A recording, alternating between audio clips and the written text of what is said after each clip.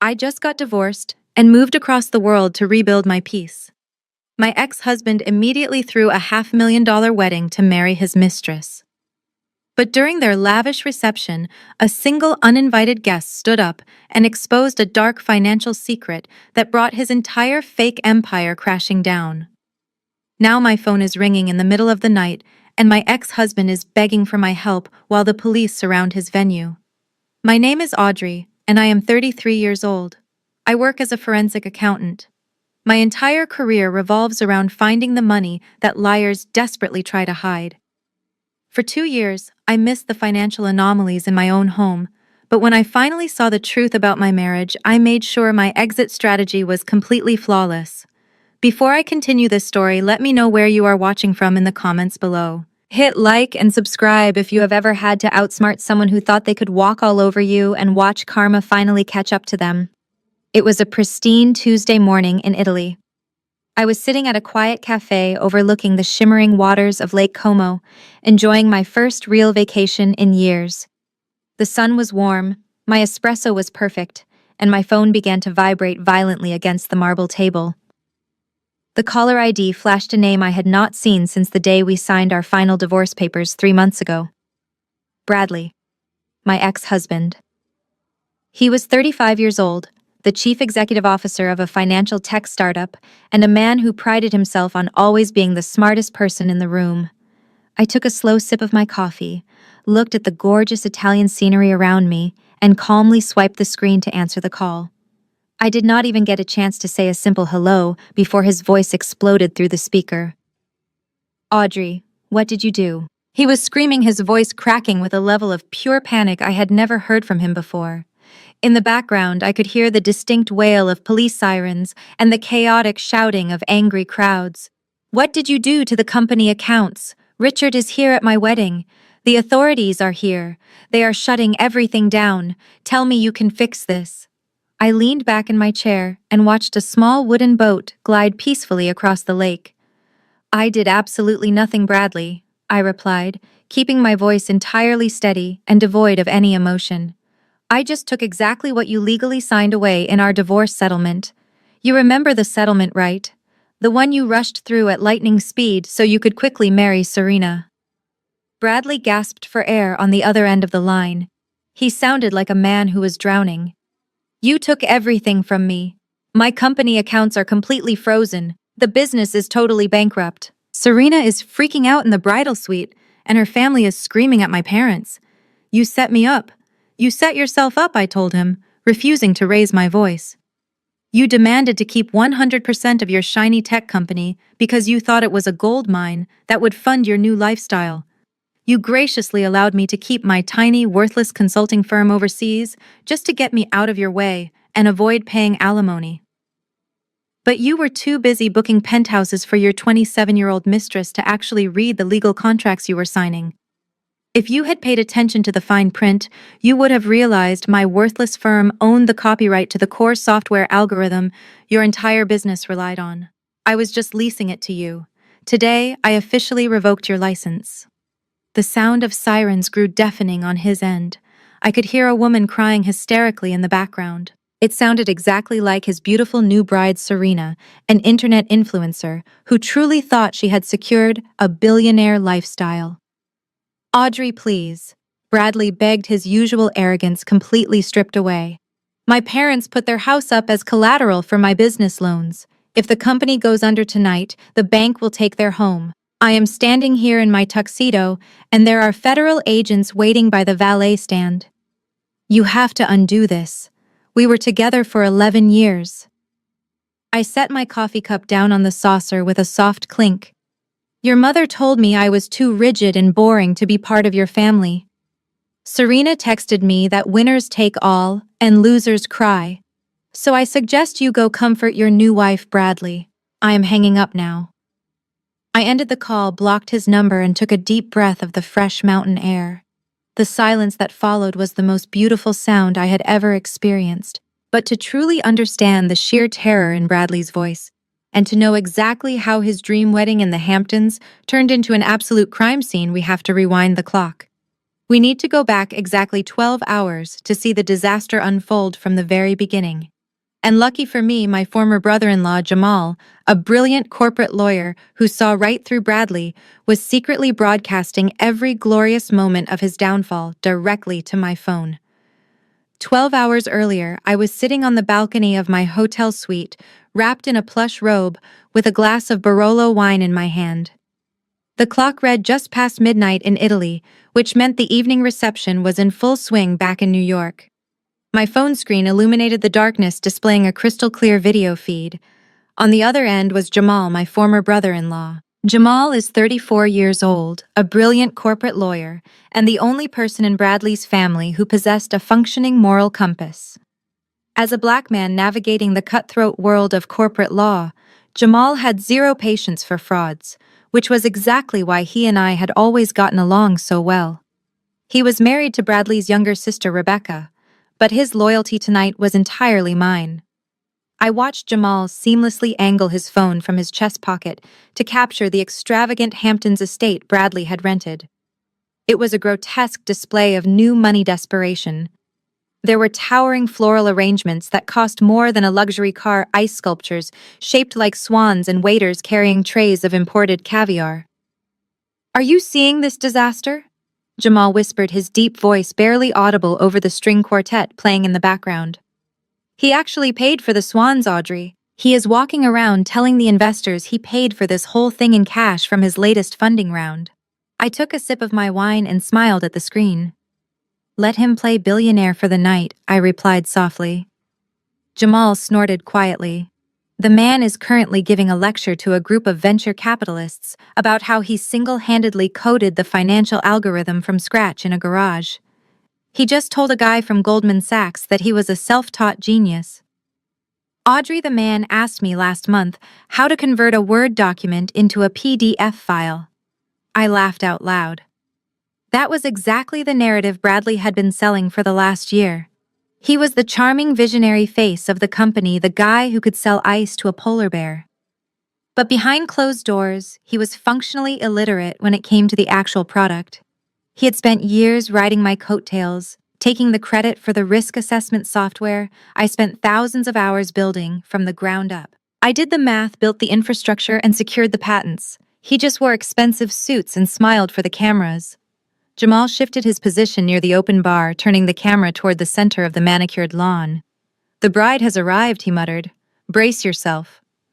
The screen filled with the image of Serena. She was 27, glowing with the aggressive confidence of someone who believed they had just won the lottery. She was parading around the venue in a custom Vera Wang gown that easily cost $50,000. But instead of greeting her guests, she was holding her own phone out on a selfie stick, loudly live-streaming the reception to her hundreds of thousands of followers. "She is telling her fans that this is what happens when you upgrade a man's life," Jamal whispered, shaking his head in disgust. "She genuinely thinks he is a tech mogul. She has no idea the entire operation is held together by your intellectual property and a mountain of unsecured debt." I watched Serena throw her head back and laugh at something Bradley said, her diamond necklace catching the light. She looked radiant, triumphant, and entirely oblivious to the trap she had just walked into. When Bradley filed for divorce and demanded I hand over the business, Serena had gleefully messaged me from his phone, telling me to step aside because I was holding him back. She wanted the billionaire lifestyle, and she thought I was the only thing standing in her way. The string quartet suddenly stopped playing. The aggressive clinking of a spoon against a champagne flute echoed through the speakers. Jamal adjusted his phone as Bradley and Serena stepped up to a raised platform covered in white roses. It was time for the toasts, but Serena waved off the best man. She grabbed the microphone with a manicured hand, her eyes scanning the crowd of wealthy investors and family members. "Thank you all for being here to witness real love," Serena announced, her voice dripping with artificial sweetness. "When I met Bradley, he was stuck in a rut.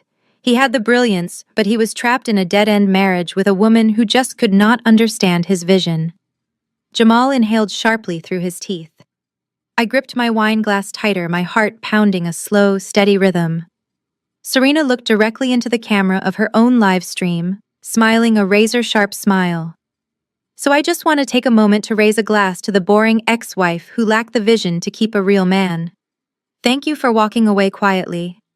Because of your lack of ambition, I get to stand here tonight as the co-owner of a $50 million empire.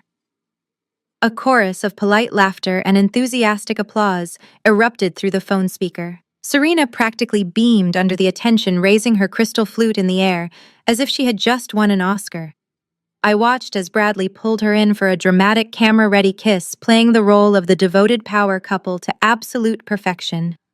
Jamal slowly shook his head, shifting his weight near the open bar. Then a new figure stepped onto the platform, aggressively grabbing the microphone from Serena. It was Sylvia, Bradley's mother.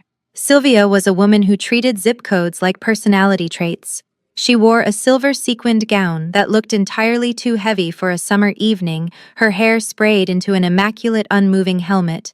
For the 11 years I was married to her son, Sylvia had made it her personal mission to remind me that I simply did not fit the aesthetic of her family. "Oh, let me say a few words," Sylvia cooed, her shrill voice echoing across the manicured lawn. "Looking at Serena tonight, I am just overwhelmed with joy. Bradley, you have finally found a woman who understands how to shine by your side. A woman who knows that life is about experiencing the finest things, not just burying your head in the sand." She paused, offering the crowd a practiced, sympathetic sigh.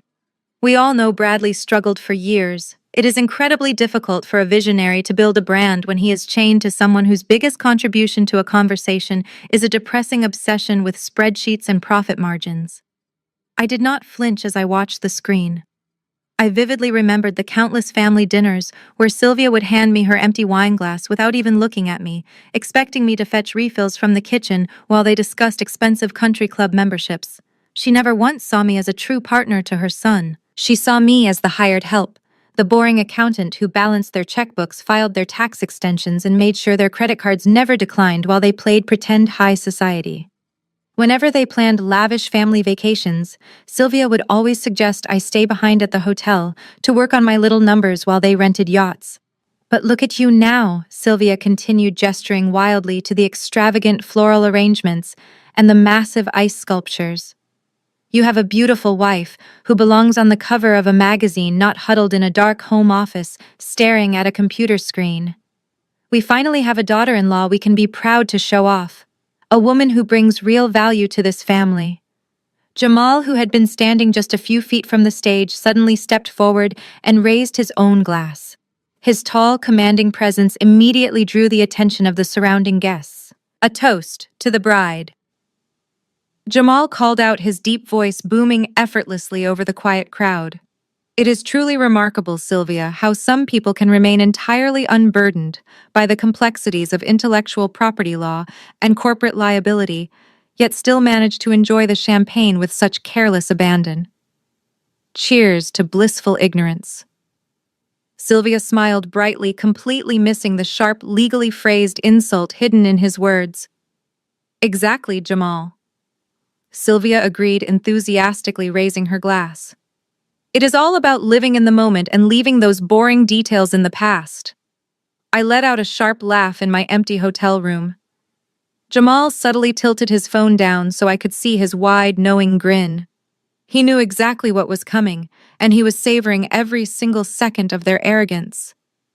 Bradley took the microphone back from his mother, wrapping a possessive arm around Serena's waist. He looked out at the sea of wealthy investors and venture capitalists seated at the premium front tables. These were the people he desperately needed to impress tonight, to keep his house of cards from collapsing. "My mother is right," Bradley announced, his chest puffed out with artificial pride. "It takes a specific kind of relentless energy to reach this level of success. When I started this financial tech company, people told me I was dreaming way too big. They told me to play it safe, to stick to the boring numbers, and play by the traditional rules. But I knew the risk assessment software I was building was going to change the financial sector forever. I knew my vision was flawless." He paused for dramatic effect, letting the string quartet fade completely into silence. He wanted every single ear focused entirely on him. And that is why I am absolutely thrilled to announce tonight, surrounded by my beautiful new wife, my incredibly supportive family, and my trusted investors, that as of this morning, our latest private valuation has officially crossed the $50 million mark. The crowd erupted into massive cheers. Several men in expensive tailored suits stood up to applaud, raising their drinks toward the stage. Through the screen, I heard Jamal let out a sharp, incredulous breath. The phone camera shook slightly as Jamal lowered it to his chest, whispering directly into the microphone, so only I could hear the absolute disbelief in his voice. "Audrey," Jamal whispered frantically. Did he really just stand in front of a crowd containing Richard Montgomery and claim this bankrupt shell of a company is worth $50 million? I swirled the dark red wine in my glass, watching the rich liquid coat the sides of the crystal. "Let him dig the hole deeper, Jamal," I replied softly. "He is going to need the extra room for the casket." The applause for Bradley's ridiculous $50 million claim eventually died down, replaced by the heavy thumping bass of the hired DJ. Jamal navigated his way through the sea of congratulatory handshakes, carefully holding his phone at chest level. He followed the trail of white silk and giggling women toward a lavish velvet lounge area near the edge of the dance floor. Serena had collapsed onto a plush sofa, surrounded by 5 bridesmaids dressed in matching blush pink gowns. She was clutching a fresh bottle of vintage champagne by the neck, her face flushed with alcohol and absolute triumph. Jamal leaned against a nearby marble pillar, casually pretending to text his wife while keeping the camera lens aimed directly at the bridal party. Serena took a messy swig straight from the bottle and passed it to her maid of honor. "You guys," Serena slurred slightly, her voice cutting through the ambient noise. "Can you believe Audrey just let him go without a fight? She is so stupid. When Bradley told her he wanted a divorce, she just packed her bags and moved to Europe. She did not even try to fight for the company." Her maid of honor gasped, leaning in close. "But wait, did you guys sign a prenup? What if she tries to come back and sue you for half of the $50 million? Serena let out a loud, obnoxious laugh that made me wince through the phone speaker. "Oh, please," she scoffed, tossing her blonde hair over her shoulder. "Bradley is a genius." A month before the divorce was even finalized, he quietly transferred 50% of his shares directly into my name. He made me an official co-owner of the entire corporation to protect his assets from that miserable accountant. We signed an ironclad prenuptial agreement this morning. What is mine, and what is his is ours. I am legally completely untouchable. Sitting in my hotel room in Italy, I actually had to cover my mouth to stop myself from laughing out loud. Serena truly thought she had executed the ultimate gold digger masterstroke. But what Serena did not understand, and what Bradley was too arrogant to research, was the fatal flaw in American corporate law when it comes to shared assets in a prenuptial agreement. When you sign a legal document making yourself the 50% co-owner of a corporation, you do not just get a VIP pass to the profits. You immediately assume 50% of the corporate liabilities. Bradley had convinced Serena that transferring the shares was a clever way to hide money from me during our divorce. In reality, I had legally structured the divorce settlement so that I walked away with 0% of the company and 100% of my intellectual property. Bradley kept the empty shell of the business, but he also kept the staggering $20 million in unsecured corporate debt he had secretly accumulated. He had been using company credit lines to fund his affair with Serena, buying her designer bags and leasing penthouses under the guise of corporate expenses. By demanding to be placed on the company charter and aggressively protecting those shares in her ironclad prenup, Serena did not secure a $25 million fortune. She legally co-signed a $10 million financial black hole. Her influencer brand, her future earnings, and every single piece of jewelry she owned were now officially tied to a bankrupt company. She had voluntarily shackled herself to a sinking ship just to spite me. "I am a millionaire, you guys," Serena squealed to her friends, holding her hands up in the air. "Bradley is going to buy me a custom house in Malibu next month. We are untouchable." Jamal shook his head, a dark chuckle escaping his lips. "Untouchable," he whispered into the phone. "She is about to learn what federal financial restitution means." Right at that moment, the heavy mahogany double doors at the entrance of the banquet hall swung open with a violent thud. The sudden movement was so forceful that it caught the attention of the event coordinator, who immediately waved frantically at the DJ booth. The loud pulsing music was abruptly cut off, leaving the massive room in a stunned, echoing silence. Hundreds of guests turned around, champagne glasses frozen midair. Standing in the doorway, completely ignoring the bewildered stares of the catering staff, was Richard Montgomery. He was Bradley's biggest angel investor, a ruthless billionaire venture capitalist who was supposed to be in Tokyo on a massive business trip. He was not wearing a tuxedo like the rest of the guests. He was wearing a sharp gray business suit, his expression cold and heavily calculating. And tucked tightly under his right arm was a thick black leather binder. Richard Montgomery stepped fully into the ballroom. His expensive leather shoes clicked sharply against the marble floor, a sound that somehow carried over the dead silence of the room. Bradley immediately plastered on his signature charismatic smile. He clearly thought Richard had flown back from Tokyo early just to surprise him and toast to his new marriage. That was how deep Bradley's narcissism ran. He genuinely believed billionaire investors rearranged their global schedules simply to attend his lavish parties. Bradley handed his champagne glass to Serena and practically jogged across the dance floor. "Richard." "What an absolute honor," Bradley called out, extending both arms as if he were greeting a lifelong friend. "I thought you were stuck in board meetings in Japan." "Ladies and gentlemen, please give a warm welcome to our lead investor, the man who helped make this $50 million valuation possible." A smattering of confused applause broke out among the guests. Bradley gestured frantically to the DJ, signaling for someone to bring Richard a microphone, but Richard did not smile. He did not shake Bradley's outstretched hand. He just stood there, staring at the groom with the dead, unblinking eyes of an apex predator. "Cancel the microphone," Richard said. His voice was not exceptionally loud, but it possessed a heavy authoritative gravel that commanded absolute attention. He bypassed Bradley completely and walked directly onto the center of the custom monogrammed dance floor. Bradley chuckled nervously, quickly following behind him. "Come on, Richard. Grab a drink. Let us get you a plate. You have to say a few words to the crowd. We were just celebrating the new numbers." Through the phone screen, I saw Jamal slowly back away from the bridal party, giving himself a clear, unobstructed view of the center of the room. "This is it," Jamal whispered into the speaker. "The execution." Richard stopped in the middle of the dance floor and finally turned to face Bradley. He opened the thick black leather binder he had been carrying and pulled out a stack of documents branded with the logo of an independent auditing firm. "Bradley, I am not here to drink your champagne or eat your caviar," Richard said smoothly. "And I certainly have no intention of giving a toast. I am here because of Section 4, Paragraph 12 of our Series B funding agreement. I am sure you remember signing it." The color instantly drained from Bradley's face. His fake smile faltered, replaced by a look of sheer primal panic.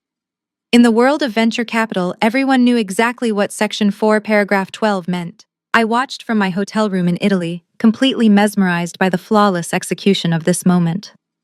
I knew all about that specific clause. In fact, I was the one who had anonymously mailed a copy of Bradley's actual expense reports to Richard's office 3 days ago, effectively pulling the fire alarm. An emergency audit is the corporate equivalent of a drone strike. It gives the lead investor the absolute right to freeze all company operations and initiate an immediate forensic financial review if they suspect gross misconduct. It means external accountants seize laptops, lock out the founders, and scour every single bank statement for criminal activity. For a man who had been using company money to buy his mistress, designer clothes, and luxury cars, an emergency audit was an immediate death sentence. Bradley swallowed hard, his voice dropping to a frantic whisper that Jamal barely caught on camera. "Richard, please not right now. This is my wedding day. My family is here. My new wife is here. We can talk about the quarterly reports on Monday morning in the office. I can explain everything to you then. Let us just keep this between us." But Richard did not lower his voice. He had no intention of keeping this a private conversation. He turned away from Bradley and addressed the massive crowd of 300 wealthy guests, venture capitalists, and family members. "I apologize for interrupting the festivities," Richard announced, his voice projecting clearly across the silent banquet hall.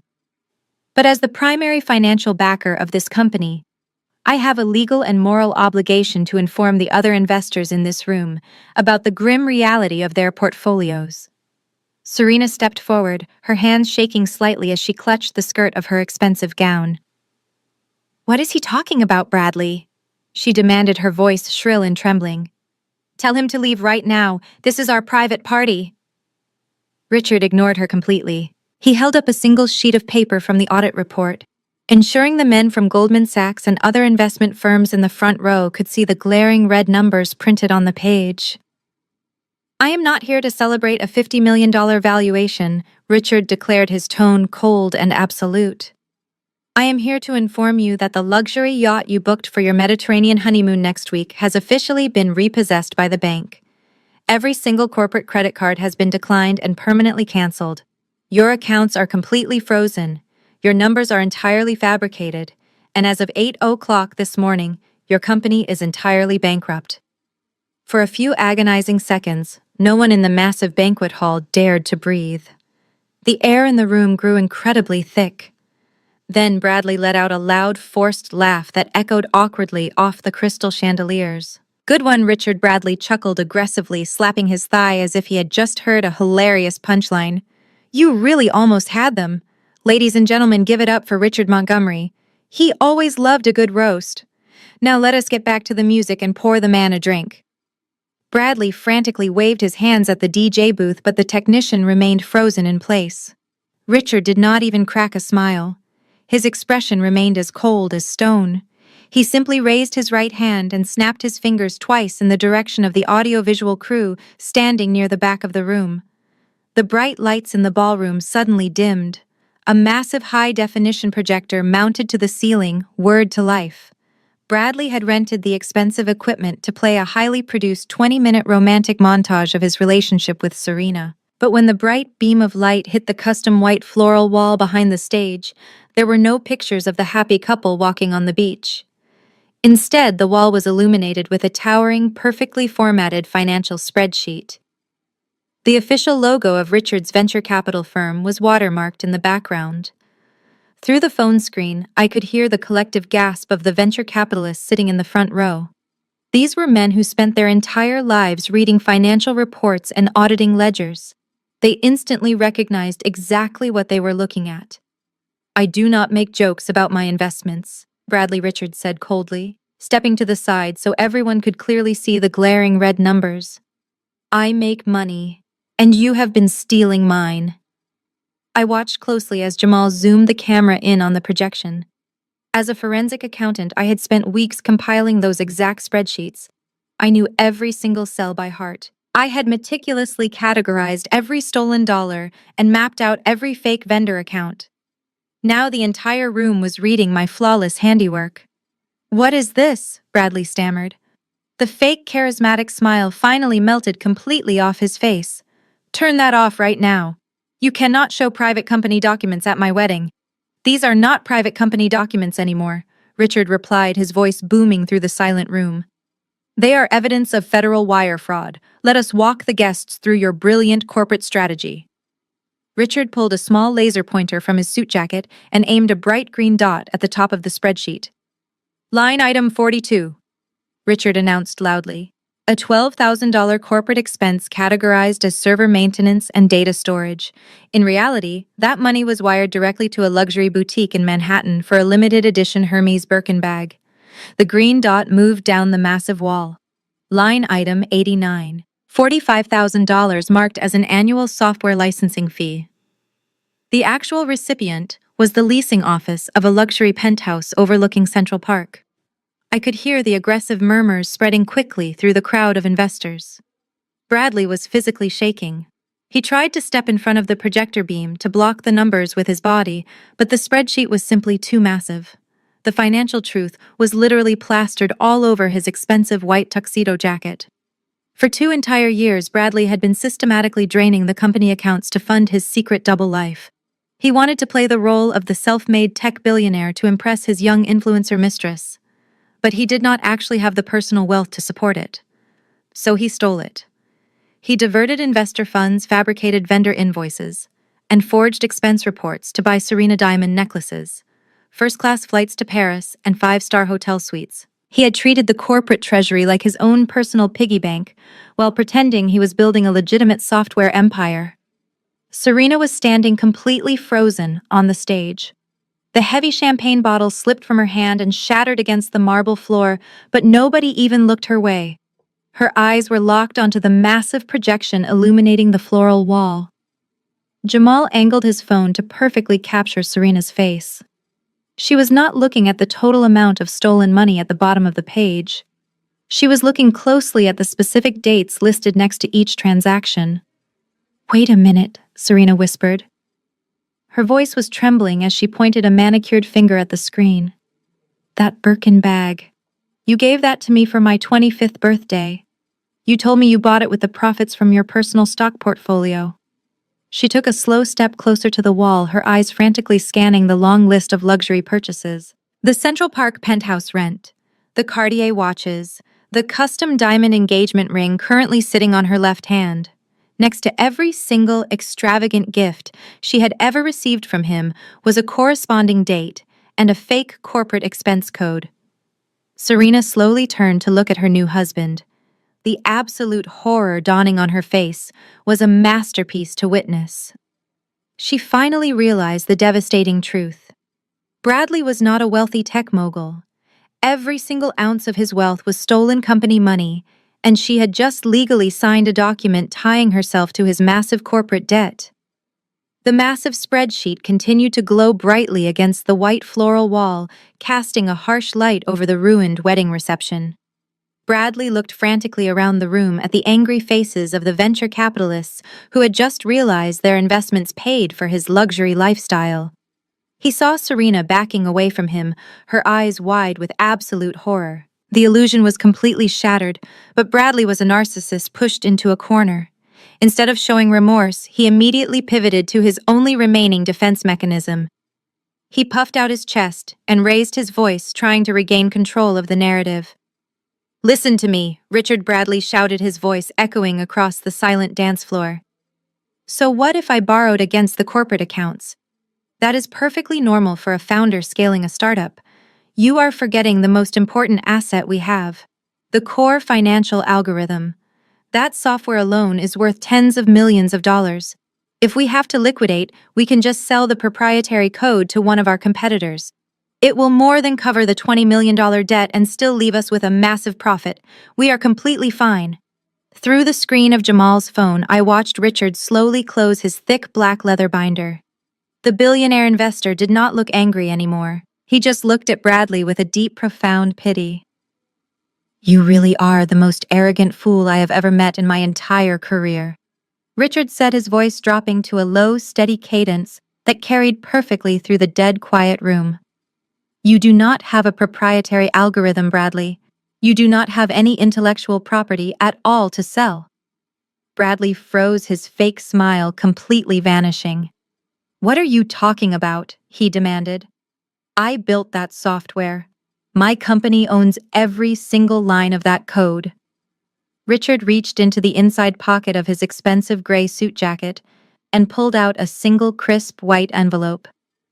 "Your company does not own a single line of that code," Richard corrected him. "Your company is nothing but an empty shell corporation that you used to commit credit fraud. The financial risk assessment algorithm you have been parading around to investors is legally owned in its entirety by an independent offshore consulting firm, a firm that is solely owned and operated by your ex-wife, Audrey." Sitting in my hotel room in Italy, I took a long, slow sip of my red wine. It was the absolute pinnacle of my forensic accounting career. When Bradley demanded a fast divorce so he could instantly marry Serena, he had been incredibly aggressive about keeping his beloved tech company. He told his lawyers he would not give me a single dime of his future $50 million empire. To get me to walk away quietly, he generously offered to let me keep my tiny, independent consulting business. He called it a worthless side hustle and laughed when I agreed to the terms, without a fight to avoid paying me alimony. But Bradley was so busy planning his extravagant Hamptons wedding that he never bothered to actually read the original patent filings. If he had, he would have seen that my consulting firm was the registered owner and creator of the software. Bradley's tech company only had a temporary commercial license to use it.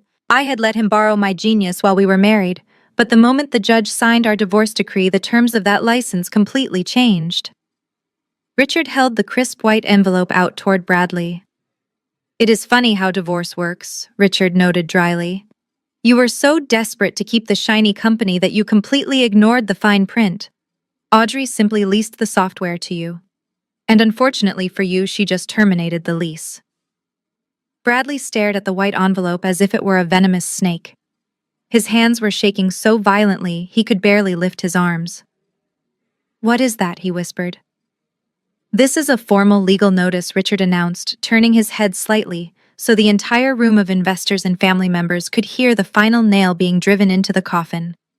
"It is an official cease and desist letter from Audrey's legal team. As of 8 o'clock this morning, your commercial license to use the risk assessment software has been permanently revoked. You no longer have a product. You no longer have an algorithm.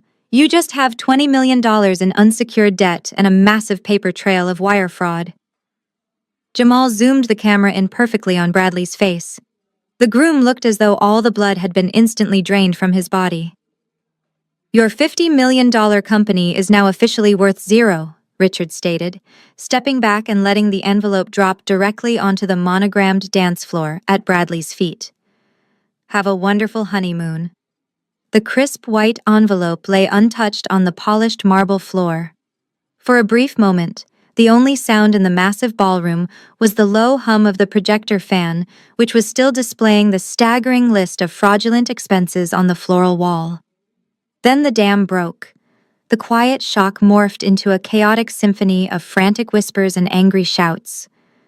The wealthy venture capitalists in the front row did not wait for an apology or an explanation. They immediately pulled out their cell phones, stepping away from the banquet tables to aggressively dial their own legal teams and crisis management firms. The room was practically vibrating with the energy of a massive financial scandal unfolding in real time. Through the glowing screen of my phone, I watched Bradley stare blankly at the cease and desist letter resting by his feet. His brain simply could not process the fact that his carefully constructed house of cards had just been annihilated. Sylvia, Bradley's mother, finally snapped out of her bewildered trance. She pushed her way past the stunned bridesmaids, her heavy sequined gown swishing aggressively as she marched toward the center of the dance floor. She grabbed her son by the arm, trying to pull him away from Richard's cold glare. Then she turned her frantic eyes toward the velvet lounge area, desperately searching the crowd, until she found the one man she believed could magically fix this unmitigated disaster. "Jamal!" Sylvia shrieked, her shrill voice cutting through the rising panic in the room. "Jamal, get over here right now! You are a lawyer. Do something. Threaten to sue him for defamation. Tell these people this is all a massive misunderstanding. Stop standing there and do your job to protect this family." I smiled into my empty hotel room. For years, Sylvia had treated Jamal with the exact same subtle, condescending disrespect she had directed at me. She only acknowledged his brilliant legal mind when she needed free advice on her taxes or help negotiating a contract for her country club renovations. Because he was married to her daughter, she assumed Jamal would instantly jump to defend the family honor completely regardless of the facts.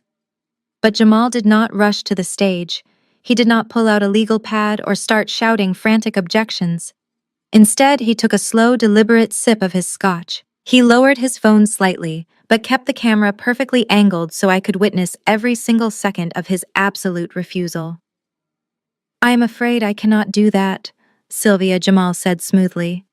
His deep, commanding voice effortlessly silenced the immediate area around him. "I am a corporate mergers and acquisitions attorney. I do not practice criminal defense." Sylvia gasped, her face turning a bright, blotchy red. "Criminal defense?" she stammered. "What are you talking about? This is just a business dispute. Bradley just needs to sit down and explain the accounting mix-up." "It is not a mix-up," Sylvia, Jamal replied, taking a few steps forward so his voice carried even further. He flashed a brilliant, devastating smile that was completely devoid of any actual warmth. "And since there seems to be some confusion among the bridal party, allow me to translate the legal jargon Mr. Montgomery just presented into plain English." Jamal turned to face the crowd, slipping one hand casually into the pocket of his tailored suit. "Your son did not just borrow money from the company treasury. He committed federal wire fraud.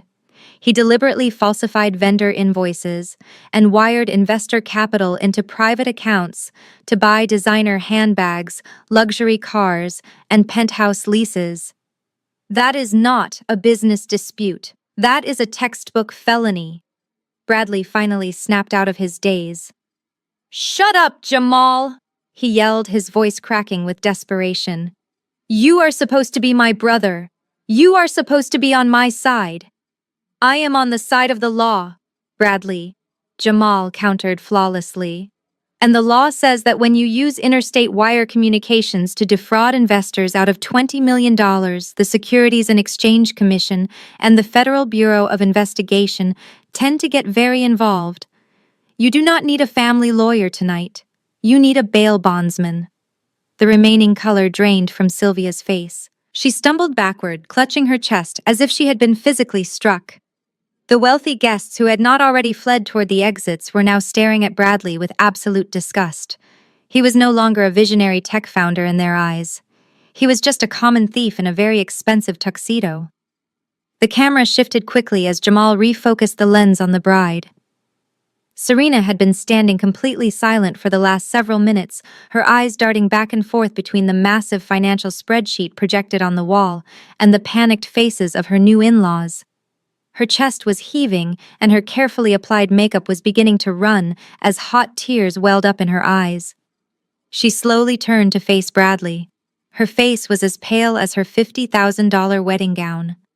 "Bradley," Serena whispered, her voice trembling so violently it sounded like she was freezing to death. "You told me you were a billionaire. You told me this company was worth $50 million. If the company is bankrupt and the algorithm is gone, what about the prenuptial agreement we signed this morning? What about my half of the company?"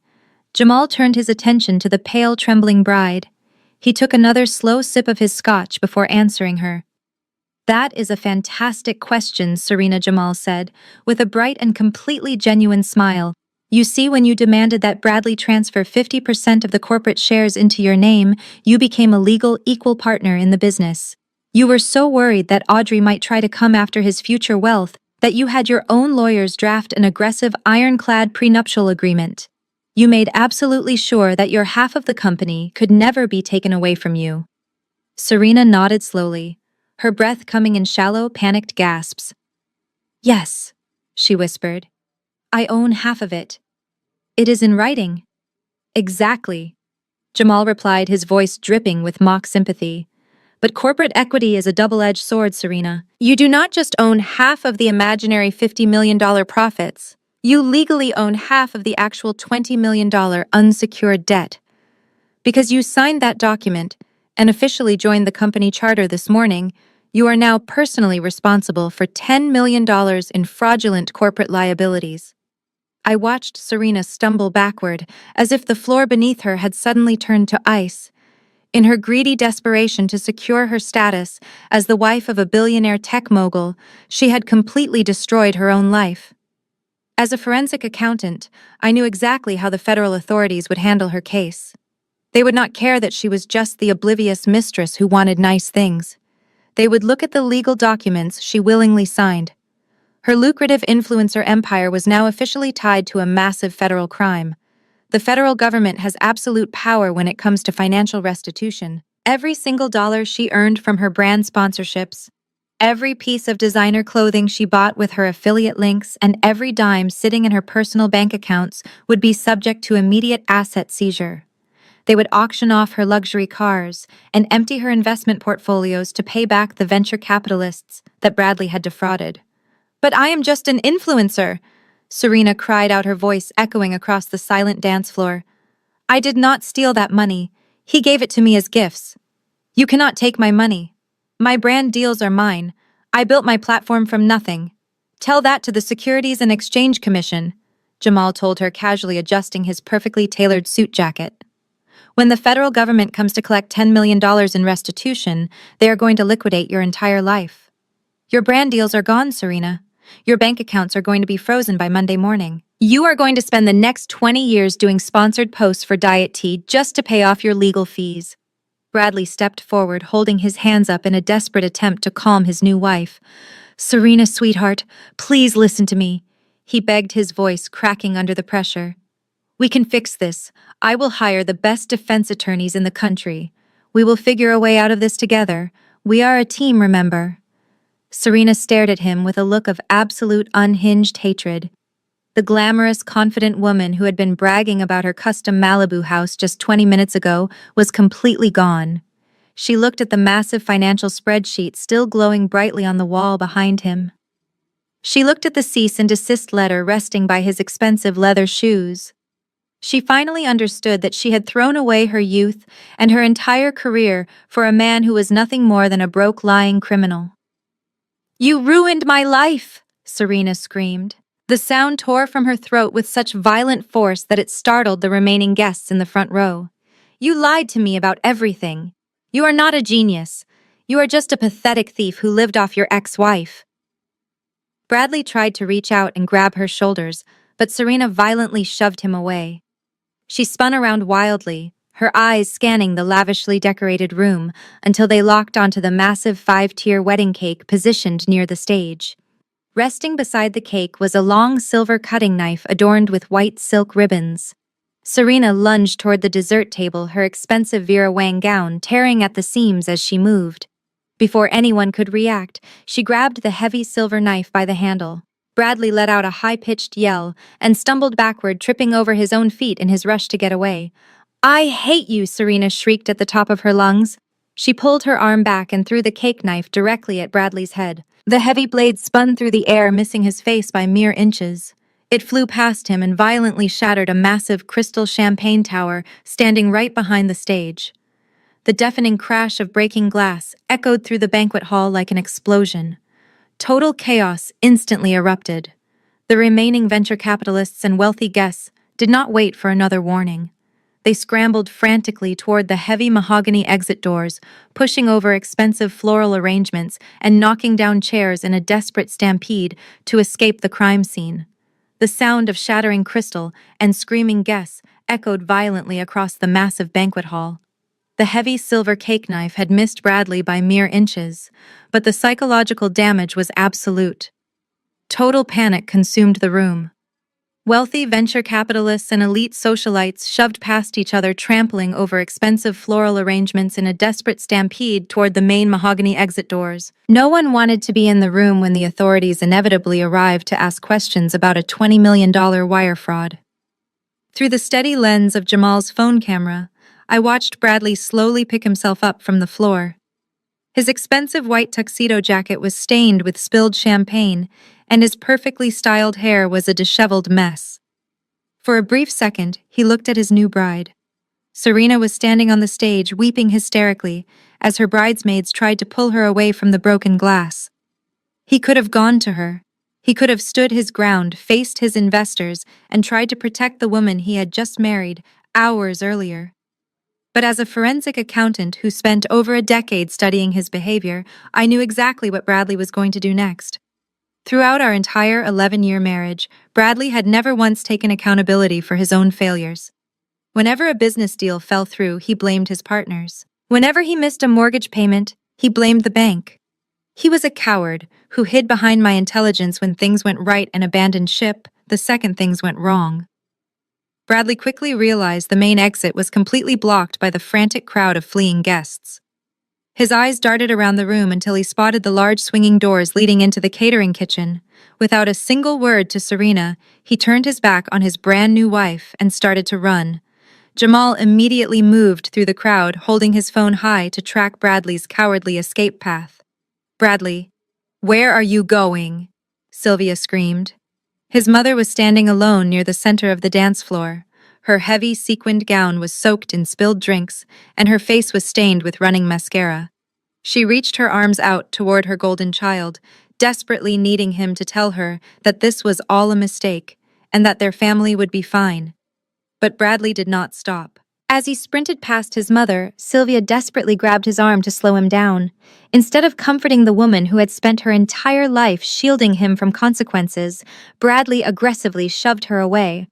He pushed his own mother with such violent force that Sylvia stumbled backward, her high heels twisting beneath her as she collapsed heavily into a broken wooden chair. "Did you get that on video, Jamal?" I whispered into my phone, a cold sense of satisfaction washing over me in my Italian hotel room. Every single frame, Jamal replied, his deep voice thick with absolute disgust. Bradley did not even look back to see if his mother was hurt. He crashed through the heavy wooden swinging doors, disappearing into the bright fluorescent lights of the catering kitchen. The camera feed shook slightly as Jamal calmly followed him, pushing through the swinging doors a few seconds later. The massive stainless steel kitchen was in a state of total confusion. Dozens of hired waiters and chefs had stopped cooking, staring in shock at the frantic groom running past their prep stations. Bradley knocked over a tray of expensive appetizers, sending silver platters crashing to the tile floor. He was hyperventilating, his chest heaving as he frantically searched for the rear exit. In his delusional mind, he truly believed he could just slip out the back door, jump into his rented sports car, and drive away from federal felony charges. He spotted the heavy metal delivery doors at the far end of the kitchen. He sprinted toward them, using both hands to violently shove the metal crash bar. The heavy door flew open, letting in a sudden rush of cool Hampton's night air. Bradley stepped out onto the concrete loading dock, fully expecting to disappear into the quiet darkness of the evening. But there was no darkness waiting for him outside. The instant the metal door swung open, the entire loading dock was illuminated by a blinding, chaotic storm of flashing red and blue strobe lights. The deafening chirp of a police siren echoed right outside the building. Bradley froze completely in his tracks, raising a hand to shield his eyes from the harsh glare. Standing at the bottom of the concrete steps, waiting patiently next to a fleet of unmarked black government vehicles, were 6 agents wearing dark windbreakers, with the letters FBI and SEC printed boldly across their chests. The chaotic flashing red and blue lights of the federal vehicles were the last things I saw on the live stream before Jamal abruptly ended the video call. That was exactly 12 hours ago. Now the sun was shining brightly over Lake Como, and my phone was still pressed against my ear. I had tried to hang up on Bradley earlier, but he immediately called back from a different number. It was the frantic, desperate call of a man sitting in the back of an unmarked government vehicle, watching his entire world collapse. "Audrey, please do not hang up on me again," Bradley begged, his voice cracking with a pathetic, high-pitched whine. "I am begging you.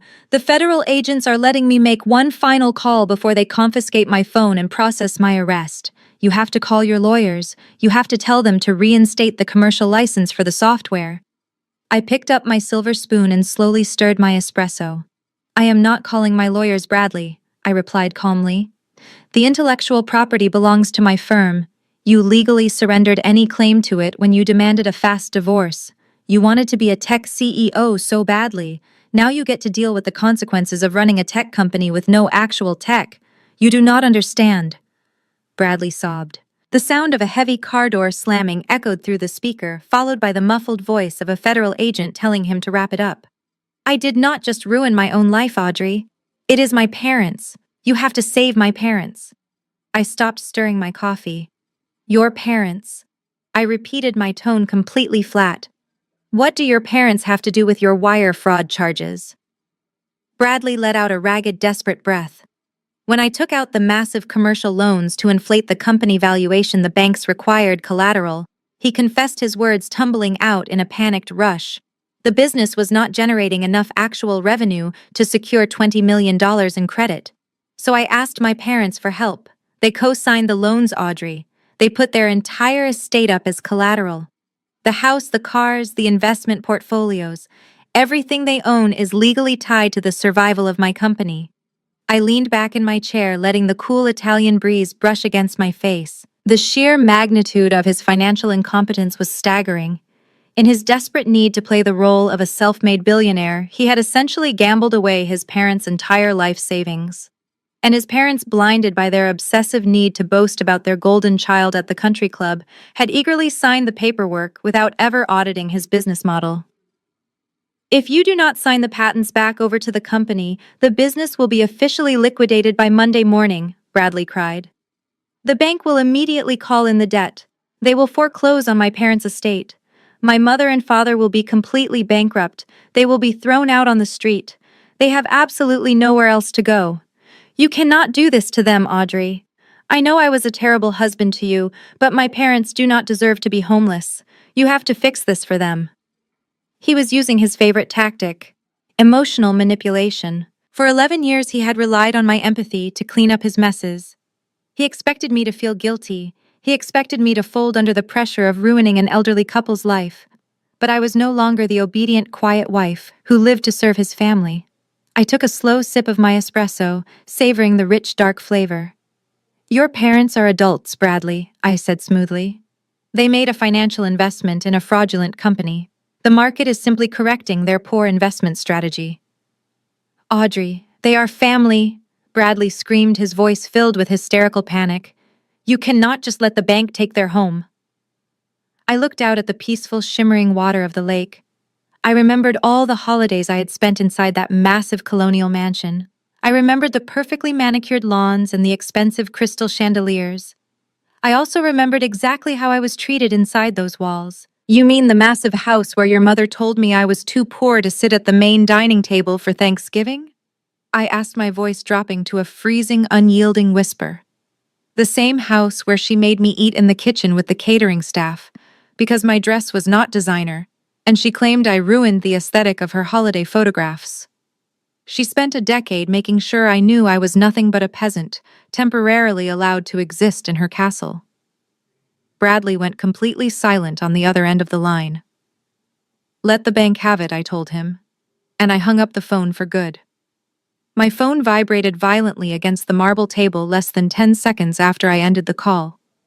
The screen flashed with Jamal's name. Assuming my former brother-in-law was calling to give me a final update on the police raid, I casually swiped to answer. But it was not the deep, calm voice of Jamal greeting me. It was Bradley. He had clearly snatched the phone from Jamal in a blind panic. You set me up, Bradley hissed through the speaker. His tone had rapidly shifted from desperate sobbing to aggressive rage. He was falling back into his favorite role as the ultimate victim. You planned this entire humiliation just to destroy me because you were jealous of Serena. You knew I was finally happy, and you framed me for wire fraud to ruin my life. I did not frame you, Bradley, I replied, my voice cutting through his pathetic delusion like a scalpel. I just audited you. You seem to forget what I do for a living. I am a forensic accountant. I do not deal in jealousy. I deal in ledgers. And your ledgers were an absolute masterpiece of criminal stupidity. He tried to interrupt, but I did not let him speak. I unleashed the rapid-fire data I had memorized over the last 6 months. On October 12th, 2 years ago, you told me you were at a tech conference in Austin. You were actually at the Four Seasons in Miami in room 412. You spent $2,000 on room service and another $5,000 at the hotel jewelry store. You used the corporate credit card ending in 4401 and categorized it as a client retention dinner. Bradley went completely silent on the other end of the line. On February 9th, you screamed at me for 3 hours. I continued, my voice steady and cold. You called me crazy and paranoid when I asked why you smelled like expensive perfume. You actually suggested I seek psychiatric help for my trust issues. The very next morning, you wired $12,000 from the company operating account to a Shell LLC registered under Serena's mother's maiden name.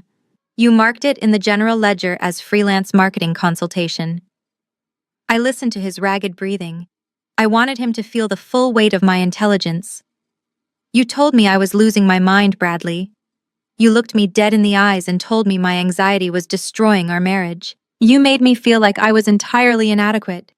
But while you were busy playing the gaslighting husband, I was busy pulling the metadata from your hidden offshore accounts. I tracked every single penny you stole to buy the affection of a 27-year-old influencer. I know about the secret account in the Cayman Islands. I know about the fake vendor invoices you created using the names of our dead pets. I tracked the down payment for the luxury car you bought Serena disguised as a corporate fleet vehicle. I paused to let the devastating reality wash over him. I did not set you up, Bradley. I did not force you to commit federal crimes. You left a financial trail so incredibly sloppy that a first-year accounting student could have sent you to federal prison. I simply gathered your mess into a perfectly formatted spreadsheet and let the consequences catch up to you. The anger completely evaporated from his voice. The aggressive narcissist was gone, replaced once again by a terrified little boy who finally realized he was trapped. He realized I held all the cards and that I was the only person smart enough to save him. Audrey, please, he whispered, his voice trembling so violently I could barely understand him. I made a massive mistake. I was stupid and blind. Serena means absolutely nothing to me. She is just a greedy child who used me for my money. You are the only woman who ever actually understood me. You are the brains behind everything I ever accomplished. I looked out at the peaceful Italian lake, feeling absolutely nothing for the man I once loved. If you call Richard Montgomery and get the charges dropped, I will fix everything. Bradley begged, his words tumbling out in a frantic rush. I will annul the marriage right now. I will divorce Serena tonight and leave her with nothing. I will sign whatever you want me to sign. We can rebuild the company together. Just please, Audrey. Please. Take me back. Take me back, and I will be the husband you always wanted. I let a long, heavy silence stretch over the phone line. The sheer audacity of his request was almost difficult to process. Less than 12 hours ago, he was standing on a stage covered in white roses, publicly kissing another woman and mocking my lack of ambition. Now he was offering to throw his brand new bride into the trash without a second thought, just to save his own skin. You are wearing your wedding tuxedo, Bradley, I said, my voice perfectly calm. You just stood in front of 300 people and vowed to love and cherish Serena for the rest of your life. You told the world she was the only woman who truly understood your visionary genius. She is a gold digger. Bradley spat, his voice dripping with absolute venom. The desperation was making him reckless. I never actually loved her, Audrey. She was just a distraction. A stupid, superficial girl who only cared about expensive handbags and luxury penthouses. I only married her because she threatened to leave me if I did not put her on the company charter. She is a parasite. You are the only woman I ever respected. I raised an eyebrow, even though he could not see me. And what about your parents? I asked, pushing him exactly where I wanted him to go. For 11 years, you told me I was the villain for setting boundaries with your mother. You told me family was the most important thing in the world. 10 minutes ago, you were crying about them losing their house. They deserve to lose it, Bradley hissed. He was breathing heavily, completely unhinged by the pressure of his impending federal charges. My mother is a greedy leech. She is the one who pushed me to buy the swans and the caviar for the wedding. She spent my entire life demanding that I provide her with a luxury lifestyle she could brag about at her stupid country club. She and my father drained me dry. They are the reason I had to borrow so much money in the first place. I do not care if they end up living on the street. I only care about us, Audrey. If you just sign the patents back over, we can leave all of them behind. I listened to the absolute poison pouring from his mouth. This was the true Bradley. This was the man who had gaslit me for a decade, always playing the victim, always blaming someone else for his own toxic behavior. When he was caught cheating, it was my fault for being too focused on my career. When his business failed, it was his investors' fault for not understanding his vision. Now that he was facing federal prison, his beloved mother was a leech, and his beautiful new wife was a parasite. He was willing to sacrifice every single person in his life if it meant he could escape the consequences of his own actions. I took a deep breath, savoring the cool Italian breeze. Say that again, Bradley? I told him, my tone completely flat. What he asked sounding confused. I said, repeat what you just told me, I commanded, my voice hardening. I need to make sure I am hearing you correctly. I need to know exactly how you feel about your new wife and your mother, before I even consider calling my lawyers. Bradley did not hesitate for a single second. I said Serena is a gold-digging parasite, and my mother is a greedy leech, he practically yelled into the receiver. I never loved Serena. I never respected my family. They are all just dead weight. You and I are the only ones who matter, Audrey. Just please tell me you will help me. A slow, cold smile spread across my face. I looked out at the peaceful water of Lake Como and let out a soft, contented sigh. I hope you spoke clearly, Bradley, I said, my voice echoing cleanly through the connection. Jamal, did they hear that? There was a brief rustling sound over the line as the phone was abruptly pulled away from Bradley's face. Then Jamal's deep, smooth voice came through the speaker. Loud and clear, Audrey, Jamal replied. Bradley had been so blindly panicked when he snatched the phone that he completely forgot where he was standing. He had forgotten that he was standing squarely in the center of the police precinct lobby, waiting to be formally booked. And he had completely failed to notice that Jamal had purposely gathered Serena Sylvia and his father in a tight circle right behind him just to hear every single word he said. The silence on the other end of the phone lasted for exactly 1 second before the absolute explosion of violence erupted. I heard the sharp, unmistakable crack of a hand striking a face with such tremendous force that it echoed loudly through the entire precinct lobby. Bradley let out a pathetic, high-pitched yelp of pain. "You called me a parasite!" Serena shrieked. Her voice was completely unrecognizable, stripped of all its carefully cultivated influencer sweetness. "I gave you the best years of my life. I tied my entire brand to you. And you were going to throw me away like garbage just to save yourself!" Another loud, violent smack rang out over the speaker. Bradley started stuttering, frantically trying to backpedal.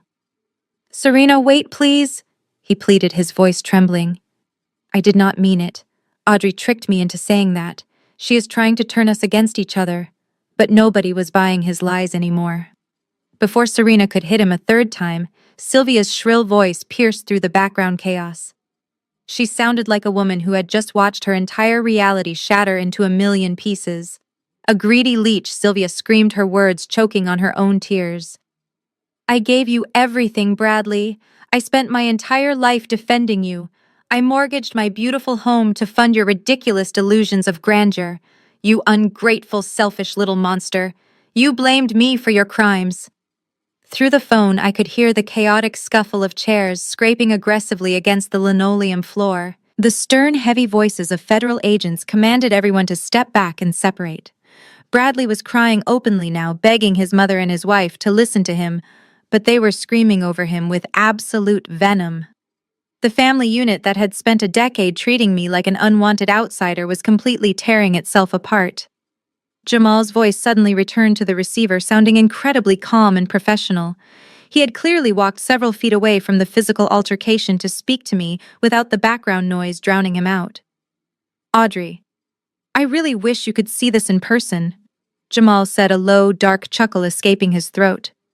"Serena just tried to assault him with her custom bridal bouquet, and your former mother-in-law looks like she is about to faint into the arms of a federal marshal." "They deserve each other," I replied, taking a slow, relaxed sip of my espresso. The Italian sun felt incredibly warm against my skin, a perfect contrast to the cold, sterile nightmare they were currently experiencing. "How is Sylvia handling the reality of her impending homelessness and absolute social ruin?" "Oh, she tried her absolute best to avoid it," Jamal explained, his tone thick with deep satisfaction. "About 20 minutes ago, before you called, Sylvia actually cornered the lead investigator in the hallway. She tried to convince the authorities that Bradley was simply too incompetent to pull off a $20 million corporate fraud on his own. She pointed a finger directly at me and told the federal agents that I was the criminal mastermind who structured all the shell companies. She claimed that since I was the family lawyer, I must have orchestrated the entire scheme to steal investor capital." I let out a sharp laugh. "Of course she did," I said. "She would eagerly throw an innocent man into federal prison just to protect her precious golden boy." "Too bad for her. I anticipated this exact scenario the moment I saw the first fake invoice," Jamal said smoothly. "The minute Richard Montgomery dropped that cease and desist letter at the reception, I hit send on an email to the FBI task force. I handed them my entire encrypted legal archive. I provided every single clean contract I ever drafted, proving my complete lack of involvement. But more importantly, I handed them a beautifully documented paper trail showing exactly how Bradley forged my notary stamp and my signature on the fraudulent loan applications." Jamal paused, letting the weight of his brilliant legal maneuvers sink in. When Sylvia tried to pin the blame on me, the federal agent literally laughed in her face. He informed her that her son was not just facing wire fraud. He is now facing aggravated identity theft and forgery charges. Sylvia practically collapsed when she realized she had just made things infinitely worse. The background noise on the call suddenly spiked. I heard the heavy, frantic footsteps of someone running fast across the precinct floor directly toward Jamal. "Give me that phone," Serena screamed, her voice breathless and wild. There was a brief, chaotic struggle over the line. I heard the sound of expensive fabric tearing, and Jamal letting out a surprised grunt as someone physically collided with him. "Serena, back off right now," Jamal warned sternly, but it was entirely too late. The phone fumbled loudly before Serena's tearful, gasping voice filled my ear. All the arrogance of the glamorous bride who had mocked my ambition on a live stream just hours ago was completely eradicated. She realized that Bradley was useless and Sylvia was broke. She realized I was the only person who held the actual power. "Audrey, please," Serena begged, her voice cracking into a loud, desperate sob. "I am so sorry. I did not know anything about the stolen money, I swear to you. I will do whatever you want. I will publicly apologize. Just please tell the lawyers not to take my money. Have mercy on me." I listened to the sound of Serena hyperventilating through the phone. It was a sharp contrast to the gentle lapping of the lake water against the stone wall right in front of me. She was gasping for air, her words tumbling over each other in a frantic, incoherent mess of apologies and excuses. The woman who had spent the last 2 years parading around New York in designer clothes, bought with stolen money, was now begging for her life. "Audrey, please, you have to tell Richard Montgomery to leave my bank accounts alone," Serena pleaded, her voice echoing loudly in the police station. "You have the power to stop this. My manager just texted me while we were in the lobby. The influencer agency is completely terminating my contract. My phone has not stopped buzzing since we left the reception. The luxury cosmetics brand, the fitness apparel company, the diet supplement sponsors, they are all dropping me." She let out a loud, pathetic wail that forced me to hold the phone slightly away from my ear. "They all saw the live stream, Audrey," she cried out. "My followers were screen recording the entire thing. The video of Richard pulling out that spreadsheet is already trending on every social media platform. The whole internet knows the company is bankrupt. If the federal agent sees my personal accounts, I will have absolutely nothing. I cannot pay rent. I cannot buy food. I am completely ruined." I took another sip of my espresso. It was the ultimate poetic justice. Serena had been so obsessed with proving her victory to the world, so desperate to broadcast her lavish lifestyle to her followers, that she had essentially live-streamed her own federal indictment. "That sounds like a very difficult situation for you, Serena," I replied, keeping my voice completely devoid of any sympathy. "But I am an accountant, not a magician. I cannot magically erase your signature from a legally binding prenuptial agreement. You demanded equity in a fraudulent company. The government is just collecting the bill." "But Bradley lied to both of us," Serena argued, suddenly trying to pivot her strategy. She was actually trying to manufacture a sense of female solidarity, as if we were suddenly teammates. "We are both victims of his manipulation, Audrey. He used you for your brains, and he used me for my image. You have millions of dollars now from the algorithm patent. You can afford the best defense attorneys in the country. I just need you to wire me enough money to cover a legal retainer so I do not go to prison. Please, Audrey, help me fight him. We can take him down together." I actually closed my eyes and let out a long, quiet breath. The sheer, unadulterated audacity of her request was almost impressive. She had actively participated in the destruction of my marriage, mocked me in public, and spent my stolen money. But the second the ship started sinking, she wanted me to throw her a life raft paid for with my own hard-earned wealth. I set my coffee cup down on the table. "Serena, I am going to stop you right there," I said, my voice dropping to a freezing, absolute deadpan. "Do not ever make the mistake of comparing us. We are not teammates. We are not both victims. I audited my husband and completely legally dismantled his fake empire. You blindly signed a contract because you were too greedy to read the fine print." She started to sob again, but I cut her off immediately. 3 months ago, on the exact day my divorce from Bradley was finalized, you sent me a text message from his phone, I reminded her. "Do you remember what you wrote to me while I was packing my bags to move across the world?" Serena went completely silent. The only sound coming through the speaker was her ragged, terrified breathing. "You told me to step aside because I was too boring to keep a real man," I recited, remembering the exact words she had used to twist the knife. You told me that I was a pathetic failure who did not understand how the real world worked. And then you typed 5 specific words that I have thought about every single day since I arrived in Italy. You typed, "Winners take all, losers cry." Audrey, please, I was just trying to protect my relationship. Serena whispered, her voice cracking with sheer terror. I did not mean it. You meant every single syllable, I told her coldly. You wanted to take it all, Serena. You wanted the billionaire title. You wanted the massive house, and the designer bags, and the social status. Well, you took it. You took the CEO, and you took his company. You are the winner. I looked out at the beautiful Italian scenery, feeling a profound, absolute sense of peace settle over my entire body. I am not crying, Serena, I said firmly. Enjoy the debt. I hung up the phone and turned it off completely. I turned my personal phone completely off and set it face down on the marble table.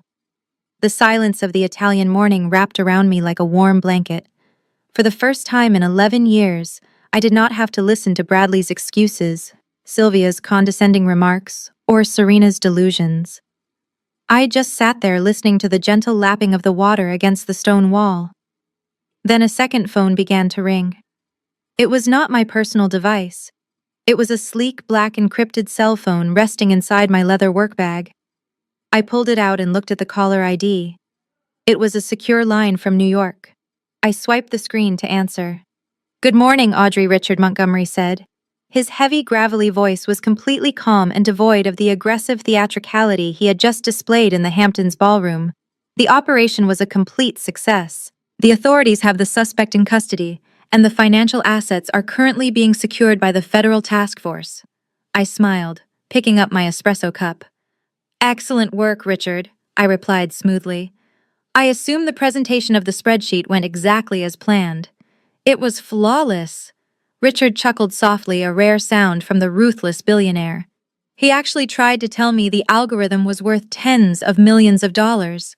The look on his face when I handed him your cease and desist letter was worth every single penny I lost on that initial funding round. This was the massive hidden reality that Bradley and his entire toxic family simply could not comprehend. Richard Montgomery did not just magically stumble upon the wire fraud. Billionaire venture capitalists manage dozens of companies.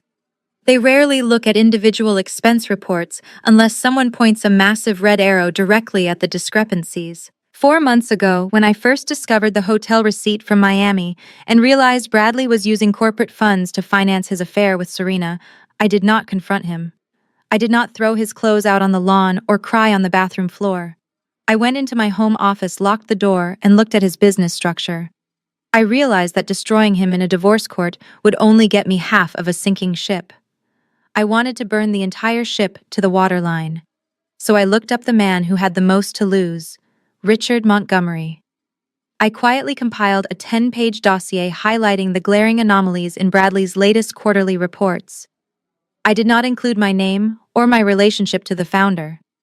I simply sent the anonymous file directly to the private email address of Richard's head of security, along with my resume under my maiden name and a brief cover letter applying for a senior position in their risk management department. Richard called me in for an interview the very next morning. When I sat down in his massive Manhattan office, I handed him the rest of the puzzle. I showed him the offshore accounts and the fake vendor invoices. I proved to him that his golden boy tech founder was stealing his capital.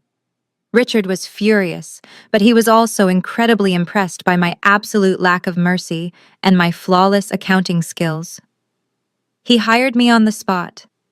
He gave me a massive 6-figure signing bonus, top-tier corporate security clearance, and total access to his venture capital firm's internal servers. My very first official assignment as the newly appointed lead forensic auditor for Montgomery Capital was to conduct a covert, comprehensive investigation into my own husband's company. For the last 3 months of my marriage, while Bradley thought I was just a boring housewife sitting quietly at home, I was actually his lead investor's corporate executioner. Every time he went out on a date with Serena, I was logging into his company's servers with executive privileges, legally archiving his financial crimes for the federal government. You did an outstanding job, Audrey, Richard told me over the secure line. The federal agents were incredibly grateful for the neatly categorized ledgers you provided. They said it is the most open and shut case of wire fraud they have seen in a decade. We will be able to recover a significant portion of the stolen funds through the seizure of his assets and his new wife's accounts. I am glad to hear it, Richard, I replied. The numbers never lie. Take the rest of the week off, he insisted. Enjoy Italy. When you get back, we have 2 more tech startups in the portfolio that need your special kind of scrutiny. You have officially become my favorite employee. I thanked him and ended the call. I looked out over the beautiful lake, savoring the absolute perfection of my reality. I did not just survive my husband's betrayal. I did not just walk away from his toxic family. I legally orchestrated my own revenge, dismantled his entire fraudulent life, and got paid a massive corporate salary by a billionaire investor to do it. 6 weeks passed since the disastrous wedding reception in the Hamptons.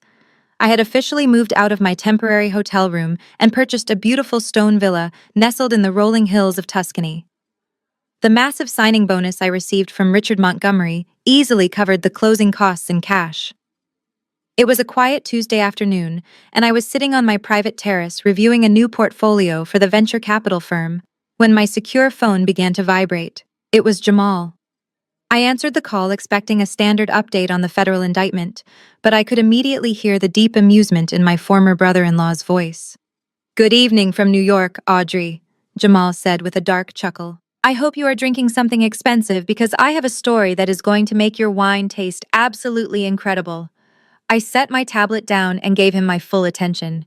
"Tell me everything," I replied. Jamal took a breath and began to lay out the ultimate act of desperation. As we both knew, Bradley's parents were facing immediate foreclosure. The bank had seized their investment accounts and was aggressively moving to take their sprawling colonial mansion. Sylvia was absolutely terrified of losing her country club status and being forced to move into a tiny apartment. So instead of accepting reality, she and her husband found a sleazy, desperate attorney willing to work on contingency and filed a massive civil lawsuit directly against me. "They tried to sue you for intellectual property theft," Jamal explained, his voice echoing with disbelief. "Sylvia submitted a formal complaint, claiming that you maliciously stole the algorithm from the marital estate during the divorce. She actually told the court that the software rightfully belonged to Bradley's company and that you manipulated the legal paperwork to bankrupt her family on purpose. They filed for an emergency injunction to freeze your bank accounts and force you to hand the patent back over to the company so the bank would not take their house." I let out a soft laugh. "That is incredibly bold," I noted. "I assume I did not miss much by skipping the hearing." "You did not miss a single thing," Jamal assured me. "Because you are my favorite client, I personally represented you in civil court this morning. You did not even need to be on the same continent." Jamal painted the picture of the courtroom perfectly. He said Sylvia showed up wearing a modest black dress she probably bought specifically for the occasion, trying to play the role of the frail, weeping victim. Her attorney spent 20 minutes giving a passionate speech to the judge about family legacy and corporate sabotage. He tried to argue that I was a bitter ex-wife who had orchestrated a massive financial heist. I just sat there at the defense table and let them talk, Jamal told me, his tone thick with satisfaction. I let them build this massive emotional narrative. And when the judge finally turned to me and asked for our defense, I simply stood up and handed him a single piece of paper. It was the original notarized divorce settlement. The exact document Bradley had aggressively rushed through the court system 3 months ago because he was so desperate to marry Serena. I pointed the judge directly to Section 4 of the Asset Division, Jamal said smoothly. I showed him Bradley's signature directly beneath the clause where he formally acknowledged that your consulting firm retained 100% exclusive ownership of the risk assessment algorithm. I also handed the judge the commercial lease agreement, proving that Bradley was simply a temporary tenant of your intellectual property. I looked out over the Tuscan vineyards, feeling a profound sense of peace. "How did the judge react to the paperwork?" I asked. Jamal laughed out loud. "He was absolutely furious, Audrey. Judges do not like it when people use their courtrooms to throw desperate tantrums." The judge looked at Sylvia's lawyer and asked him if he had even bothered to read the divorce decree before filing the lawsuit. The lawyer started stuttering, and Sylvia started crying real tears this time. The judge slammed his gavel and dismissed the entire case with prejudice in less than 5 minutes. He called it the most frivolous waste of judicial resources he had seen all year. "That is a wonderful outcome, Jamal," I said softly. "Oh, it gets better," Jamal replied, his voice dropping to a low, serious register. "I did not just ask for a dismissal, Audrey. When people file frivolous lawsuits against my clients, I always file a countersuit for legal fees. I am a senior partner at a top-tier corporate law firm. My hourly rate is not cheap, and I spent 20 hours preparing for this ridiculous hearing." I sat up slightly in my chair. "What did the judge do?" I asked. "The judge completely agreed with me," Jamal stated firmly. "He not only threw out their lawsuit, but he ordered Bradley's parents to pay my firm's entire legal bill as a penalty for wasting the court's time. They were already on the verge of losing their house to the bank. Now they owe my law firm $50,000 payable immediately." Sylvia literally collapsed into her chair when she heard the ruling. Their desperate attempt to steal your money was the exact thing that just officially bankrupted them completely. Following the hilarious news of the bankruptcy of Bradley's parents, Jamal told me to open my laptop and check my social media feeds. He promised me the entertainment was far from over. I sat back on my sunlit Italian terrace and pulled up the most popular video sharing platform. Serena was making her final desperate play for public sympathy, and it was a masterclass in calculated influencer manipulation. The thumbnail of the video showed Serena sitting on the bare hardwood floor of what looked like an empty, affordable apartment. She had completely stripped away her glamorous aesthetic. She wore absolutely no makeup. Her blonde hair was tied in a messy, unwashed knot, and she was drowning in an oversized, faded gray hoodie. The caption simply read, "My truth." I clicked play and watched her stare directly into the camera, with wide, heavily manufactured tears welling up in her eyes. For 10 agonizing minutes, Serena delivered a deeply rehearsed monologue about surviving severe financial abuse. She cried about being a naive, trusting 27-year-old girl who fell in love with the wrong man. She claimed Bradley had completely controlled her entire life, aggressively hiding his financial records and lying to her daily about the true source of his massive wealth. She painted herself as the ultimate helpless victim, a poor, innocent content creator who was now facing absolute ruin simply because she loved a cruel, manipulative husband. At the very end of the video, she posted a link to a GoFundMe page. She begged her followers to help her raise $500,000 to pay for her legal defense and keep her out of federal prison. For exactly 3 hours, the internet actually believed her. Her loyal fans flooded the comments with words of support. Teenagers started donating their allowance money, and the crowdfunding campaign rapidly climbed past $50,000. But Serena severely underestimated the absolute ruthless efficiency of a corporate lawyer who despised liars. Jamal did not even need to use his own name to destroy her narrative. He simply created an anonymous burner account on a major social media platform and dropped a single devastating file directly into the replies of Serena's biggest defenders. It was a massive PDF containing unsealed federal court documents and official tax records. The leaked documents completely obliterated her naive victim routine. They proved with absolute certainty that Serena was not just blindly accepting expensive gifts from her rich boyfriend. When Bradley bought her a $70,000 sports car, using stolen investor funds, Serena had personally signed the federal tax forms categorizing the vehicle as a corporate marketing expense for his tech company. When they went on luxury vacations to Paris, Serena's signature was on the documents registering the trips as corporate team-building retreats to avoid paying income tax. Jamal even included screenshots of emails where Serena explicitly asked Bradley which fake vendor name she should use to hide the purchase of her new Cartier bracelets. She was a fully willing, legally documented participant in the tax fraud. The internet pivoted with terrifying, brutal speed. Major online drama channels picked up the leaked tax documents within minutes. They broadcasted side-by-side comparisons of her crying apology video and the official federal filings bearing her distinct looping signature. The backlash was absolute and completely unforgiving. Her comment section instantly transformed from supportive fans into hundreds of thousands of angry people demanding their GoFundMe donations back, calling her a scam artist and a federal criminal. By midnight, the crowdfunding platform permanently suspended her campaign for actively violating their terms of service regarding criminal investigations. Every single donated dollar was automatically refunded to the senders. Serena was officially left with absolutely nothing. She had no sponsors, no defense fund, and a permanently ruined public image. She had tried to manipulate the public the exact same way Bradley had manipulated his investors, and the public completely rejected her. I thought that pathetic apology video would be the last time I ever saw Serena's face on my screen. But the internet is an incredibly relentless place. A few weeks later, another short video of Serena went massively viral. But she was not crying on a bare floor this time. A teenager had secretly recorded her at a busy suburban shopping mall in New Jersey. The woman who once bragged about building custom Malibu mansions in her $50,000 Vera Wang wedding gown was now standing behind a cheap wooden podium.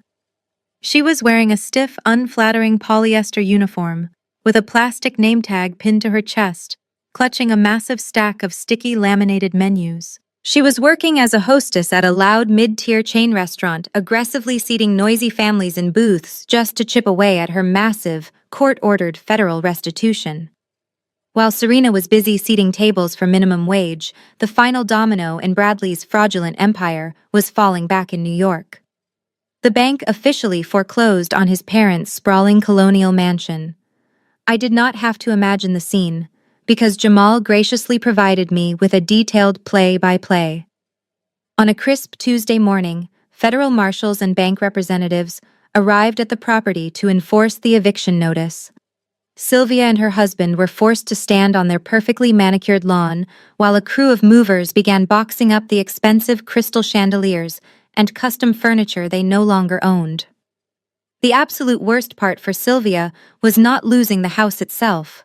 It was the audience. Her wealthy neighbors, the exact same country club socialites she had spent decades trying to impress, were standing at the end of their driveways, watching the entire humiliating spectacle.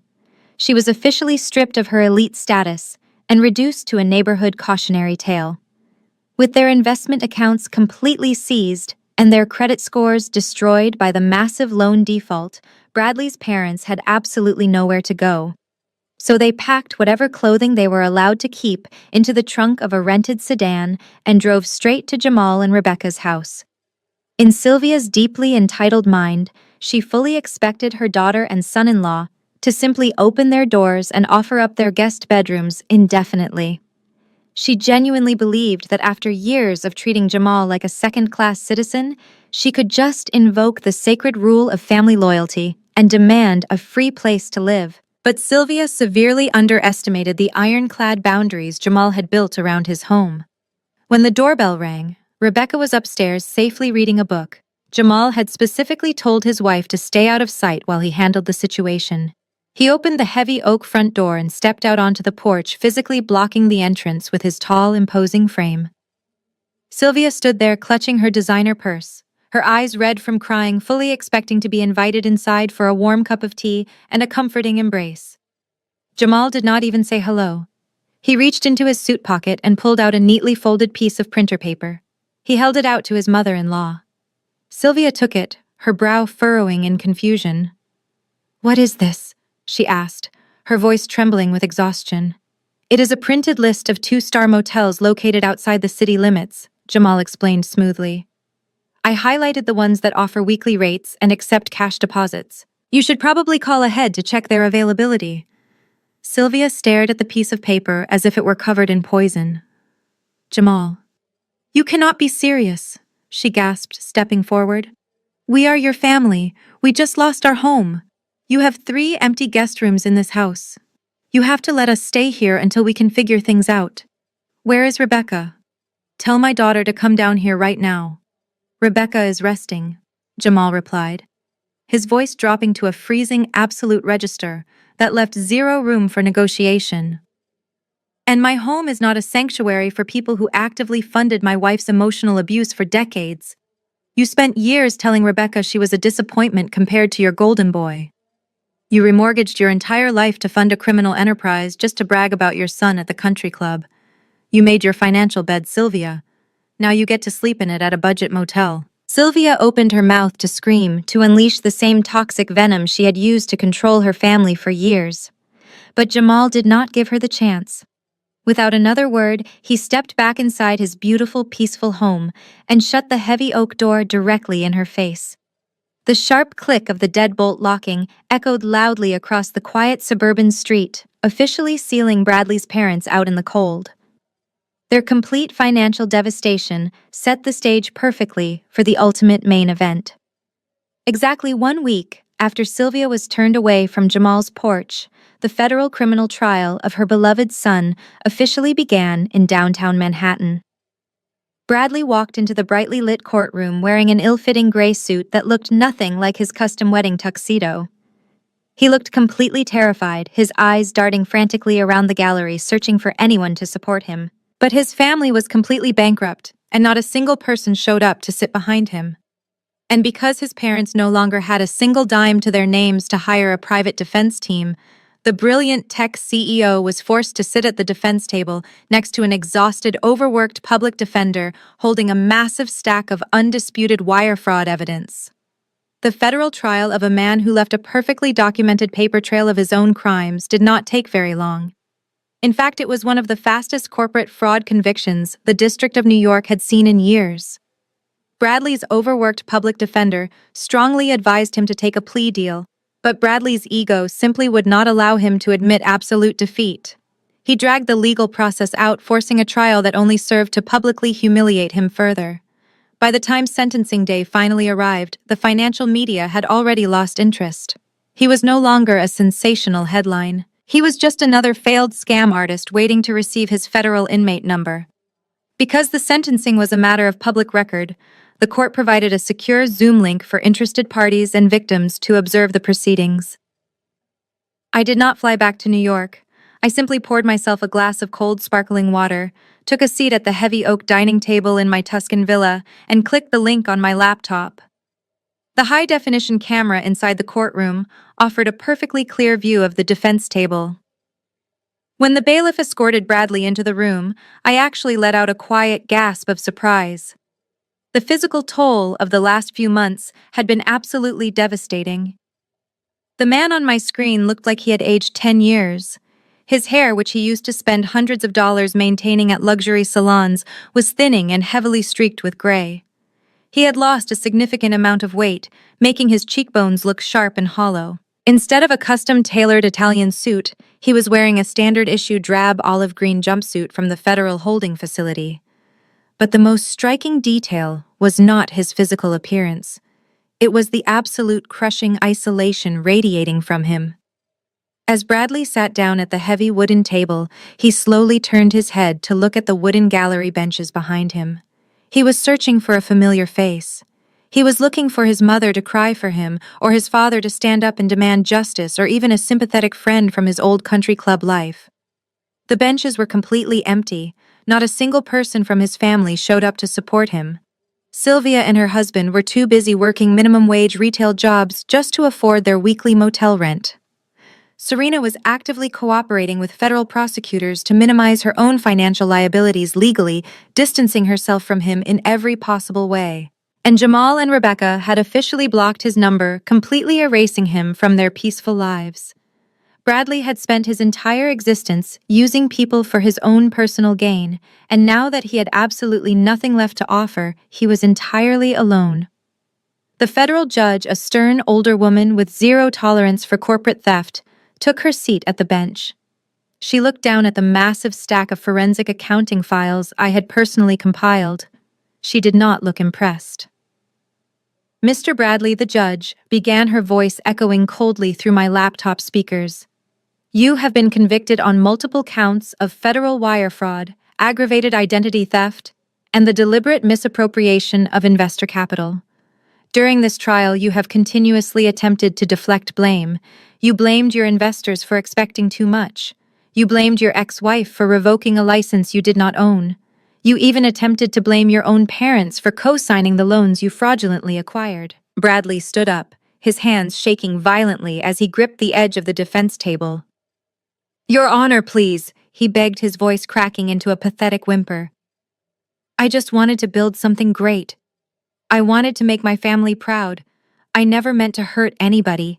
If you just give me probation, I can work and pay everyone back. I am a visionary. I can build a new company." The judge stared at him with absolute disgust. "You are not a visionary," she stated flatly, cutting off his desperate rambling. "You are a common thief who used a corporate entity as a shield for your own greed. You stole $20 million to buy luxury cars and designer handbags while pretending to be a genius. You destroyed the financial security of your own parents, and you defrauded investors who trusted your word." Bradley lowered his head, openly sobbing in the silent courtroom. There was no one left to manipulate, no one left to gaslight. The absolute reality of his actions had finally caught up to him. "The court finds that your actions were deliberate, calculated, and entirely driven by extreme narcissism," the judge announced, her voice rising with absolute authority. "For the crimes of federal wire fraud and aggravated identity theft, I sentence you to 120 months. That is exactly 10 years in a federal penitentiary. You are also ordered to pay full financial restitution to your victims." The judge picked up her heavy wooden gavel and struck the sounding block with a deafening crack. It was the absolute finality of the sound that made Bradley flinch. Two large federal marshals immediately stepped forward, grabbing him roughly by the arms to escort him out of the courtroom to begin his decade-long sentence. As they pulled him away from the table, he looked directly up at the camera broadcasting the Zoom feed. For a fleeting second, his hollow, terrified eyes met mine through the digital screen. I did not blink. I simply reached out and closed my laptop, shutting the screen and erasing him from my life forever. Closing my laptop on Bradley's 10-year prison sentence felt like exhaling a breath I had been holding for 11 years.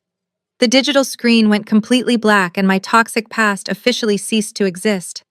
But while the federal justice system had finally closed the book on my ex-husband, my own financial journey was just reaching its absolute peak.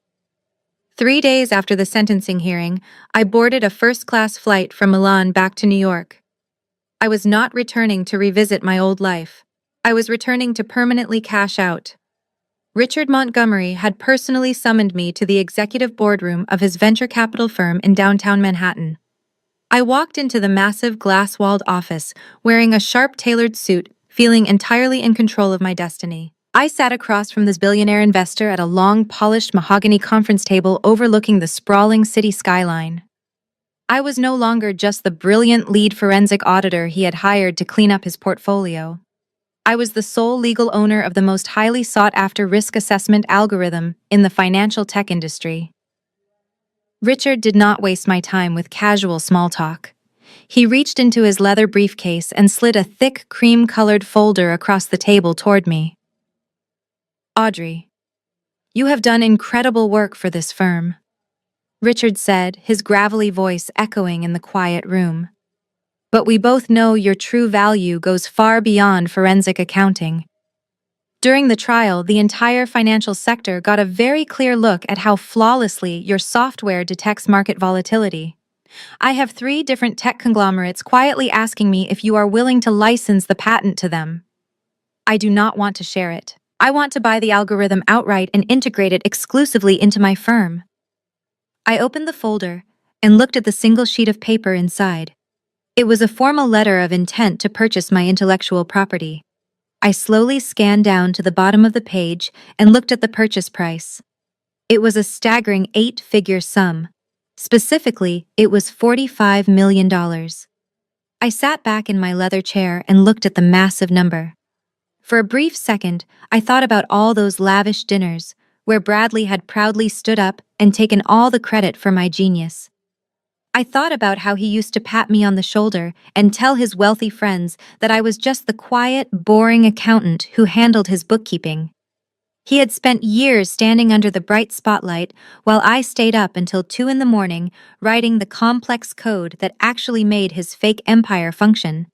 He was nothing but a glossy marketing brochure. I was the actual engine. And now I was holding $45 million in pure earned equity, while he was wearing a green jumpsuit in a federal holding cell. "This is a very generous offer," Richard I replied, keeping my expression completely professional. "But if I sell the exclusive rights to Montgomery Capital, I want it written into the contract that I retain complete autonomy over how the software is updated. I built the architecture and I know how to scale it." Richard smiled, a genuine look of deep respect crossing his face. "I would not have it any other way, Audrey," he agreed. "You are the brains of the operation. You always were." I picked up the heavy gold-plated pen resting on the table and signed my name on the dotted line. There was no hesitation and no regret. In a matter of seconds, the exclusive rights to the algorithm were officially transferred, and an 8-figure wire transfer was immediately initiated directly into my private offshore accounts. I shook Richard's hand, thanked him for the opportunity, and walked out of the Manhattan skyscraper as a completely self-made multimillionaire. I did not stick around New York to celebrate. I immediately headed to the airport and caught the next flight straight back to Italy. The Tuscan stone villa I had been renting was beautiful, but it was only meant to be a temporary sanctuary. Now that the massive 8-figure payout had officially cleared my bank account, I was ready to establish my permanent roots. I drove straight from the airport to the sparkling shores of Lake Como, the exact place where I had been sitting when Bradley first called me in a panic. I met with a high-end Italian real estate broker at a historic, sprawling waterfront estate. The property featured a private boat dock, lush terraced gardens, and breathtaking, unobstructed views of the surrounding mountains. It was the kind of absolute luxury that Serena had desperately tried to secure by marrying a fraud. But I did not need a man to buy it for me. The broker handed me the final purchasing documents. I did not need to apply for a mortgage. I did not need to beg a bank for a loan or use fraudulent collateral like my former in-laws. I sat at a marble table overlooking the pristine blue water, signed the deed, and bought the entire multi-million-dollar Italian estate completely in cash. 4 months after I purchased my waterfront estate in Italy, the sprawling property had truly become my personal sanctuary. I spent my mornings managing my venture capital portfolios from a sunlit home office and my afternoons walking through the lush terraced gardens overlooking Lake Como. The toxic chaos of New York felt like a distant, fading memory, but I did not have to enjoy my absolute freedom entirely alone. On a bright Friday afternoon, a sleek black town car pulled into my long, winding driveway, carrying the only 2 people from my past who actually deserved to share in my victory. Jamal and Rebecca stepped out of the vehicle looking completely transformed. During the years they were tethered to Bradley and Sylvia, they always carried a subtle underlying tension, as if they were constantly bracing for the next family disaster. Now that heavy burden was completely gone. Jamal had traded his stiff, dark corporate suits for a relaxed linen shirt and sunglasses, looking completely at ease. Rebecca looked absolutely radiant, her smile genuine and bright, as she ran up the stone steps to pull me into a tight, warm embrace. We spent the first hour walking through the massive villa, admiring the historic architecture and the breathtaking views of the sparkling blue water. Eventually, we settled onto the expansive marble terrace. I opened a bottle of vintage Barolo wine that cost more than Bradley's fraudulent wedding cake and poured 3 generous glasses. Jamal took a slow sip, looking out at the majestic mountains, reflecting off the pristine lake. I have to admit, Audrey, Jamal said, a deep chuckle rumbling in his chest. "This completely ruins the Hamptons for me. If I had known forensic accounting paid this well, I might have reconsidered corporate law." We all laughed, the sound carrying easily over the quiet, warm breeze. We sat around the heavy stone table sharing artisan cheeses and completely basking in the absolute peace of the afternoon. There was no need to pretend or walk on eggshells. We were simply 3 successful professionals who had successfully navigated our way out of a burning building. Rebecca set her crystal wine glass down and reached across the table to gently squeeze my hand. Her expression shifted from joyful to deeply sincere. "I never really got the chance to properly thank you for what you did," Rebecca said, her voice soft but incredibly steady. "You do not owe me any thanks, Rebecca," I replied warmly. "I was just settling my own debts." "No, you did so much more than that," Rebecca insisted, shaking her head. You have to understand what it was like growing up in that house. My entire life, my mother made me feel like an extra in Bradley's movie. He was the golden child, the brilliant visionary who could do no wrong. Whenever he failed, it was always someone else's fault. But whenever I succeeded, my parents barely even noticed. I spent 30 years bending over backward, trying to earn a fraction of the respect they blindly handed to him. Jamal placed a comforting hand on his wife's shoulder, his eyes filled with quiet pride as she spoke her truth. When you exposed his massive fraud, you did not just destroy his fake company. Rebecca continued, her eyes shining with unshed tears. You exposed the absolute toxic rot at the core of my family. You forced my parents to show their true colors. When my mother tried to frame Jamal for federal crimes just to save her precious son, it finally broke the spell for me. I realized they would gladly throw my husband in prison and destroy my marriage if it served their narrative. Rebecca took a deep breath, sitting up straighter in her chair. For the first time in my life, I do not feel guilty for ignoring their phone calls. I do not feel obligated to fix their financial ruin or endure their endless emotional manipulation. You completely dismantled the illusion, Audrey. You gave Jamal and me the permission we needed to finally cut ties and walk away without a single ounce of guilt. You did not just free yourself. You freed us too. I smiled, raising my glass toward her. To cutting dead weight, I proposed. To absolute freedom, Jamal added, clinking his glass against mine. We drank to our shared victory, the heavy emotional conversation naturally dissolving back into light-hearted jokes and stories about their flight over. The afternoon was flawless, but the universe has a very strange way of reminding you that the past always tries to reach out from the dark. As we were finishing the last of the wine, my estate manager walked out onto the terrace, holding a small silver tray containing the daily afternoon post. He set it gently on the table and quietly excused himself. I casually reached over to sort through the small stack of mail. Most of it was standard Italian correspondence and thick, glossy architecture magazines. But tucked at the very bottom of the elegant pile was a stark, coarse brown envelope. It looked completely out of place against the beautiful marble table. I pulled it out, my fingers brushing against the cheap, rough paper. There was no return address label, only a harsh black ink stamp pressed aggressively into the top left corner. The stamp bore the official seal of a medium-security federal penitentiary located in upstate New York. Jamal and Rebecca stopped talking, noticing the sudden freezing shift in my posture.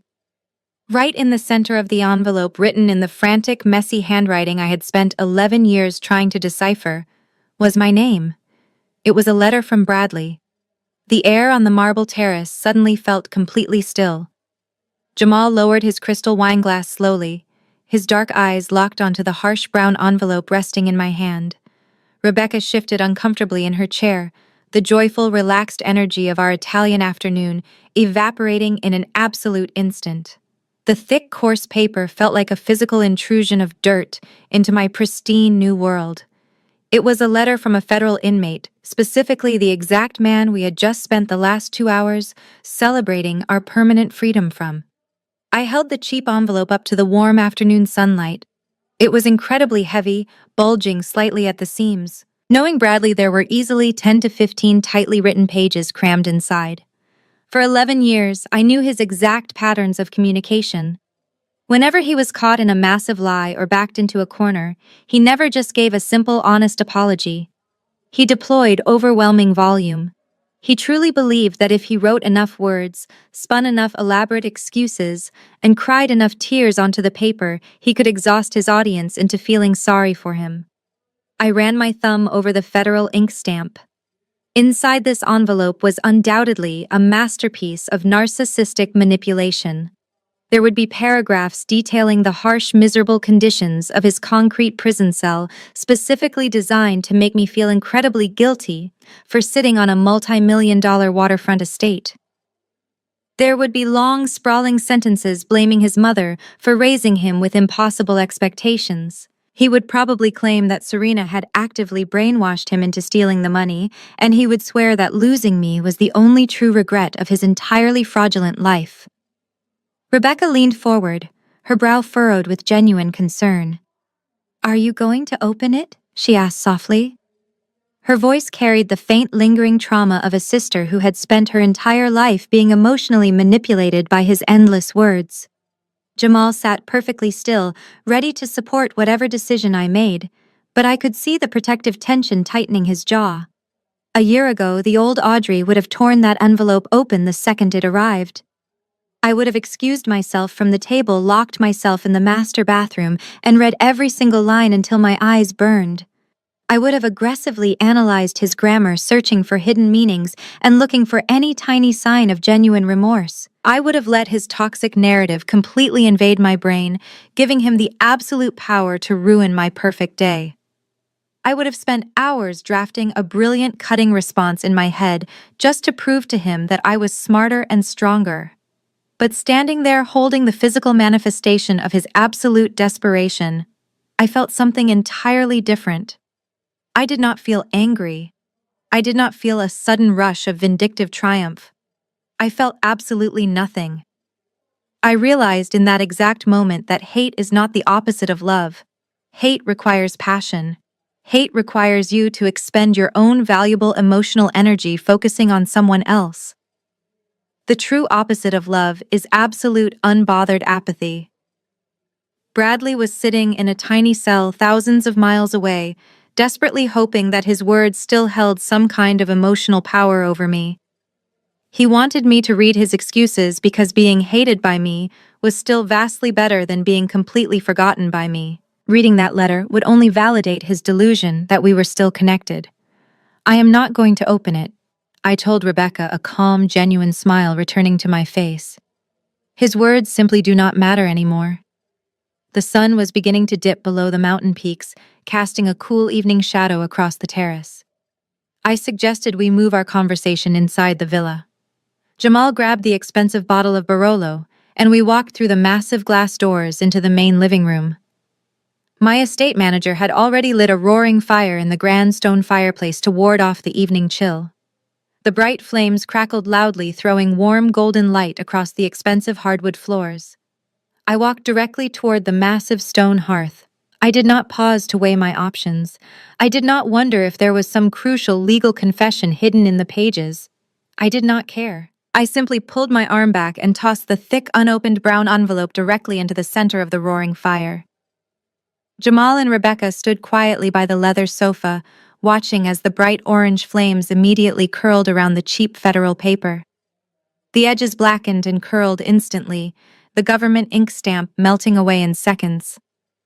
We stood shoulder to shoulder and watched the last remaining piece of Bradley's desperate existence turn into completely weightless gray ash, floating up the massive stone chimney and disappearing forever into the Italian night.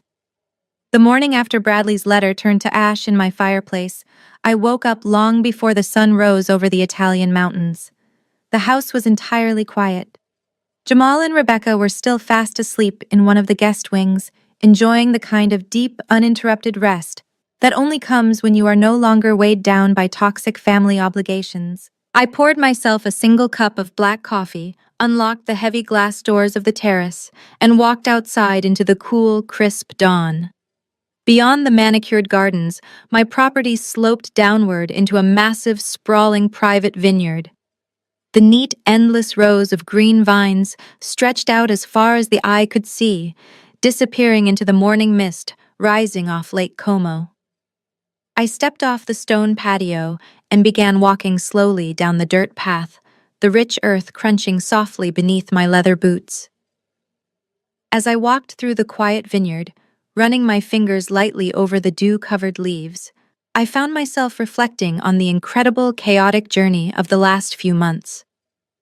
I thought about the girl I was a year ago, sitting in a dark home office quietly balancing ledgers while my husband was busy spending my money in luxury hotel rooms with another woman. I thought about the sheer suffocating weight of his family's constant disapproval and the silent expectation that I was just supposed to endure it. There is a massive unspoken rule in our modern society about how women are supposed to handle betrayal. Whenever a woman is cheated on, lied to, or financially ruined by a partner, the world immediately tells her to take the high road. We are constantly conditioned to be the bigger person. We are told that true grace means packing our bags, maintaining our composure, and walking away quietly into the night. Society applauds the dignified ex-wife who refuses to fight over the assets, praising her for leaving the toxic situation with nothing but her wounded pride. But as I stood there in the middle of my multi-million-dollar Italian estate, breathing in the fresh mountain air, I realized what a devastating trap that ideology really is. Being the bigger person is a beautiful concept, but unfortunately the high road does not pay the bills. Walking away quietly does not issue federal indictments. And leaving your hard-earned assets behind so a narcissist can fund his mistress's lavish lifestyle is not an act of grace. It is an act of financial surrender. I decided very early on that I was not going to be the graceful, quiet victim. I realized that true justice is not about seeking petty emotional revenge. True justice is about absolute, undeniable accountability. It is about holding people legally and financially responsible for the damage they cause, using the exact same systems they tried to use against you. Bradley truly believed he could steal my intellectual property, leverage his parents' home, and defraud billionaire investors without ever facing a single consequence. Serena thought she could secure a lifetime of luxury simply by signing an ironclad prenuptial agreement and mocking my lack of ambition. Sylvia thought she could maintain her elite country club status by continuously shielding her golden child from the reality of his own failures. They all operated on the exact same fatal assumption. They assumed I would just step aside. They relied entirely on the expectation that I would be the good, obedient wife who avoided conflict at all costs. They wanted me to cry foul for a standard divorce and disappear so they could enjoy the $50 million empire I had built for them. But I did not scream at the Hamptons' wedding. I did not throw a silver cake knife across a crowded banquet hall. I did not sit on a bare hardwood floor and record a crying apology video for the internet. I simply gathered the raw data. I followed the money, meticulously documented the fraud, and handed the absolute truth over to the people who had the power to enforce the consequences. I took a sip of my coffee, feeling the warm liquid chase away the morning chill. I looked back up the hill at my beautiful stone villa, paid for entirely in cash from the sale of my own genius. I had won precisely because I refused to play their emotional games. I stayed entirely grounded in the facts, the contracts, and the numbers. They thought I was just a woman with a calculator. They didn't realize a calculator is a deadly weapon if you know how to do the math. The sun finally crested over the jagged peaks of the Italian mountains, flooding the entire valley with brilliant golden light. I finished the last drop of my coffee and turned back toward my stone villa. The massive house stood as a quiet, beautiful monument to my own resilience. I walked up the stone steps, feeling the gentle warmth of the morning sun on my face, and took one last moment to appreciate the absolute perfect balance of how everything had finally settled. It is a profound realization when you finally understand that the universe does have a sense of justice, provided you are willing to do the heavy lifting to enforce it. Thousands of miles away across the Atlantic Ocean, the people who tried to destroy my life were waking up to their own permanent realities. At this exact moment, Bradley was likely being jolted awake by a harsh, buzzing mechanical alarm inside a medium-security federal penitentiary. Instead of waking up on high-thread count Egyptian cotton sheets in a luxury penthouse, he was opening his eyes to a tiny concrete cell. There were no venture capitalists to impress. There were no expensive suits to wear. He was just another federal inmate assigned to scrub cafeteria trays for 12 cents an hour, slowly chipping away at a massive $20 million court-ordered restitution that he would absolutely never be able to repay. He had 10 long years to sit in a metal chair and think about the wife he threw away. A few hours south of his prison, Serena was probably waiting in the rain at a public bus stop. The federal government had seized her bank accounts, auctioned off her designer wardrobe, and repossessed her luxury sports car. The glamorous influencer who once bragged to millions of followers about her untouchable wealth was now living in a tiny, overpriced studio apartment with a broken radiator. Her wages from the mid-tier chain restaurant were actively being garnished by the authorities. Every time she handed a laminated menu to a customer, She was reminded that her desperate greed had permanently traded her youth and her freedom for a massive pile of federal debt. And then there was Sylvia. She and her husband never made it back to the country club. The bank had successfully liquidated all their assets to cover the fraudulent loans they had so eagerly co-signed. They were now living in a cramped, noisy two-bedroom apartment in a rundown neighborhood they used to openly mock. Sylvia, a woman who once dictated the social hierarchy of elite suburban housewives, now spent her days clipping grocery coupons and hiding her face under a cheap baseball cap whenever she went to the discount supermarket, absolutely terrified of running into someone from her old life. She had sacrificed everything to protect the illusion of her golden child, and the illusion had left her with absolutely nothing. Meanwhile, my life was just beginning. I had successfully transitioned from being a hidden asset in a toxic marriage to a fully independent, self-made multimillionaire. I had the respect of industry titans like Richard Montgomery. I had the unwavering loyalty of genuine family members like Jamal and Rebecca, who had also successfully broken free from the cycle of emotional abuse. I had a thriving career, a beautiful home, and most importantly, I had my absolute peace of mind. I did not have to shrink myself to fit into someone else's fragile ego anymore. I did not have to apologize for being intelligent, capable, and driven. I had finally learned that the most powerful thing a woman can do is fully recognize her own undeniable worth and aggressively refuse to let anyone discount it. As I opened the heavy glass doors to step back inside my beautiful, quiet home, I felt a deep sense of gratitude for the entire brutal journey. The betrayal was incredibly painful, but it was also the exact catalyst I needed to stop playing small. It forced me to stop protecting a man who did not respect me and start protecting the future I actually deserved. If you take anything away from my story, let it be this. Do not ever let anyone convince you that standing up for yourself is an act of cruelty. Do not let toxic people guilt you into accepting less than you deserve simply because they share your last name or wear a wedding ring. You have the absolute right to demand respect, and you have the absolute right to walk away when it is denied. Sometimes karma needs a little help from a forensic accountant. Have you ever let someone dig their own grave and just handed them the shovel? Tell me your story in the comments. Like, subscribe, and never let anyone tell you your boundaries are too harsh. Until next time. The most profound lesson to be extracted from this entire ordeal is that society's definition of taking the high road is often a dangerous trap designed to make victims quietly surrender their boundaries and their hard-earned assets. We are frequently conditioned to believe that moving on with grace requires us to walk away with absolutely nothing, leaving the perpetrators completely unbothered by the devastating consequences of their betrayal. However, this story fundamentally redefines what true grace and female empowerment look like in the face of absolute deception. The core lesson is that you do not have to engage in toxic screaming matches, hurl desperate insults, or destroy your own moral character to achieve real justice. Instead, the ultimate form of self-preservation is maintaining your quiet composure, recognizing your absolute worth, and letting the cold, undisputed facts speak entirely for themselves. Narcissistic individuals like Bradley and his enablers thrive on your emotional reactions because your anger validates their ongoing importance in your life.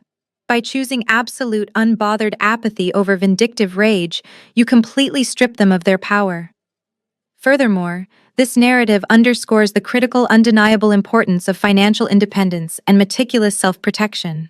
When you fiercely protect your intellect, your legal rights, and your resources, you build an impenetrable fortress around your personal peace. You learn that holding toxic people legally and financially accountable is never an act of bitterness, but rather a necessary, healthy enforcement of your boundaries. The greatest revenge is simply stepping aside, allowing manipulative individuals to be entirely crushed by the weight of their own lies, and using your brilliance to build a beautiful life without them. If you have ever had to enforce strict boundaries to protect your peace from those who tried to diminish your worth, please share your own story of triumph in the comments below.